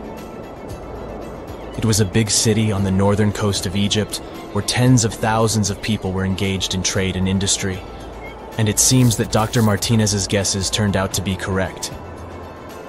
She and a group of archaeologists have discovered a secret underground tunnel near Alexandria, with a length of about 0.8 miles. It was cut into the rock under Taposiris Magna's temple. During further excavations, they found many things that indicate Cleopatra's tomb lies in the tunnel's depths. It's also possible that she is buried there together with the Roman commander, Mark Antony. According to ancient records, Cleopatra and Mark Antony loved each other and together opposed the Roman Senate, which declared Antony a traitor.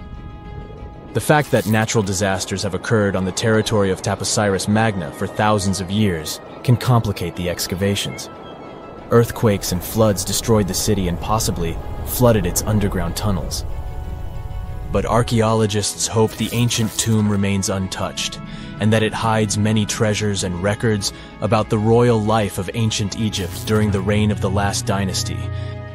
There's a chance that excavations will go underwater and in the mud. This will require much time and funding, but archaeologists are sure it's worth it. Anyway, it's too early to say that Cleopatra is really buried there, but scientists have found many things in the tunnel that confirm this, including clay pots, dozens of coins with the image of Cleopatra and Alexander the Great, as well as a bust with the image of the Egyptian queen. Cleopatra is still one of the most popular personalities in Egypt, on an equal footing with Ramesses III and Tutankhamun. She inspired many films, paintings, and books, but what made her so popular? She became famous for her inconsistency. She was a beautiful, intelligent ruler who pulled Egypt out of the crisis and made it a prosperous power. Medieval Arabic texts say she knew chemistry, mathematics, and philosophy, and may have written several scientific books. She knew several languages and had excellent diplomatic skills. At the same time, there are many legends that she was a femme fatale who drove many men crazy. However, there's no evidence that her beauty was incomparable. The image of a stunning model was created by Hollywood when it made several films where famous actresses performed the role of Cleopatra. And the Roman Emperor Octavian, the adopted son of Julius Caesar, specially created the image of Cleopatra as an insidious seductress because he was her enemy. Even though she was born in Egypt, Cleopatra wasn't an Egyptian. Her ancestors were Greeks, among whom was one of the generals of Alexander the Great. However, the people of Egypt loved her. She learned the language and was very sensitive to the traditions of this country. She knew the history, mentality, and customs of ancient Egypt well. She raised the level of its economy and strengthened its status as a world power. Much of this was made possible thanks to her cunning and impressiveness. She loved theatrical performances and lavish celebrations. She knew how to surprise people and put on a show. But behind the exterior image of a luxury lover was an intelligent and calculating ruler. Ancient Egypt was a rich, luxurious country, and Cleopatra did everything to increase its wealth and strengthen its position in the international arena. For example, she was once in conflict with her brother Ptolemy XIII. The queen knew that she wouldn't be able to resist him, so she decided to attract Julius Caesar to their side. The Roman emperor arrived in Alexandria, where Cleopatra wanted to meet him, but Ptolemy knew about her plans and was about to prevent her from coming to Caesar. Then, instead of a rich and noisy arrival, Cleopatra decided to make her visit inconspicuous. She wrapped herself in a carpet or linen bag the emperor's servants carried into Caesar's private chambers. Cleopatra emerged from the carpet and impressed the Roman emperor with her beauty and determination. As a result, they fell in love with each other and became close allies. After some time, she impressed another influential Roman for diplomatic purposes. She arrived to meet Mark Antony on a golden barge with purple sails and silver oars. Cleopatra was dressed in the image of Aphrodite and sat under a magnificent canopy. Her servants dressed like cupids and were blowing her fan and burning incense. But Cleopatra created such a show for a reason. She knew that Antony revered Greek mythology and considered himself the embodiment of Dionysus. As a result, he was so impressed with this woman that he ended up marrying her. Cleopatra defended her crown, strengthened her alliance with Rome, and bore Antony 3 children. In Egypt, they threw big parties and enjoyed wealth with power. However, the relationship of a high-ranking official with the Egyptian queen caused a scandal in Rome. Octavian was Antony's primary opponent in the struggle for power, so he exploited the situation to darken the competitor's reputation. He used propaganda to make Cleopatra an insidious seductress in the eyes of Roman citizens. He accused Antony of succumbing to her charms. The Roman Senate supported Octavian and declared Cleopatra an enemy. In 33 BCE, this conflict reached a high point when Antony's navy clashed with Octavian's fleet. The latter won and forced his enemy to flee to Egypt with Cleopatra. According to some records, they took refuge near Alexandria. Pursued by the Romans, they hid in one of Cleopatra's palaces and met their end. Some legends say that Cleopatra was an expert in poisons. She provoked a venomous snake, a viper or an Egyptian cobra, to bite her. Also, according to another legend, she pricked herself with a poisonous needle. There's a theory that Cleopatra always carried an ampule with poison inside her hairbrush. And when she was cornered, she soaked the needle with this poison and pricked herself. None of this can be said for sure. Scientists are still trying to find out the truth. Perhaps when they reach Cleopatra's tomb, the world will get more answers about her tragic fate. She is considered the last ruler of Egypt. After her passing, Octavian plundered her palaces and temples and returned to Rome, where he became the main emperor. He successfully ruled the country and expanded its borders. His reign ended when he turned 75. World history would have looked different if Cleopatra and Mark Antony hadn't lost that naval battle. By the way, did you know that more time has passed between Cleopatra's reign and Neil Armstrong's flight to the moon than between the reign of the Egyptian queen and the construction of the Great Pyramid of Giza? Armstrong took a step on the Earth satellite in 1969, 38 years after the birth of Cleopatra. And the construction of the pyramid took place in 2560 BCE. Imagine how long the history of ancient Egypt is. Cleopatra is closer to us in time than to the pyramids.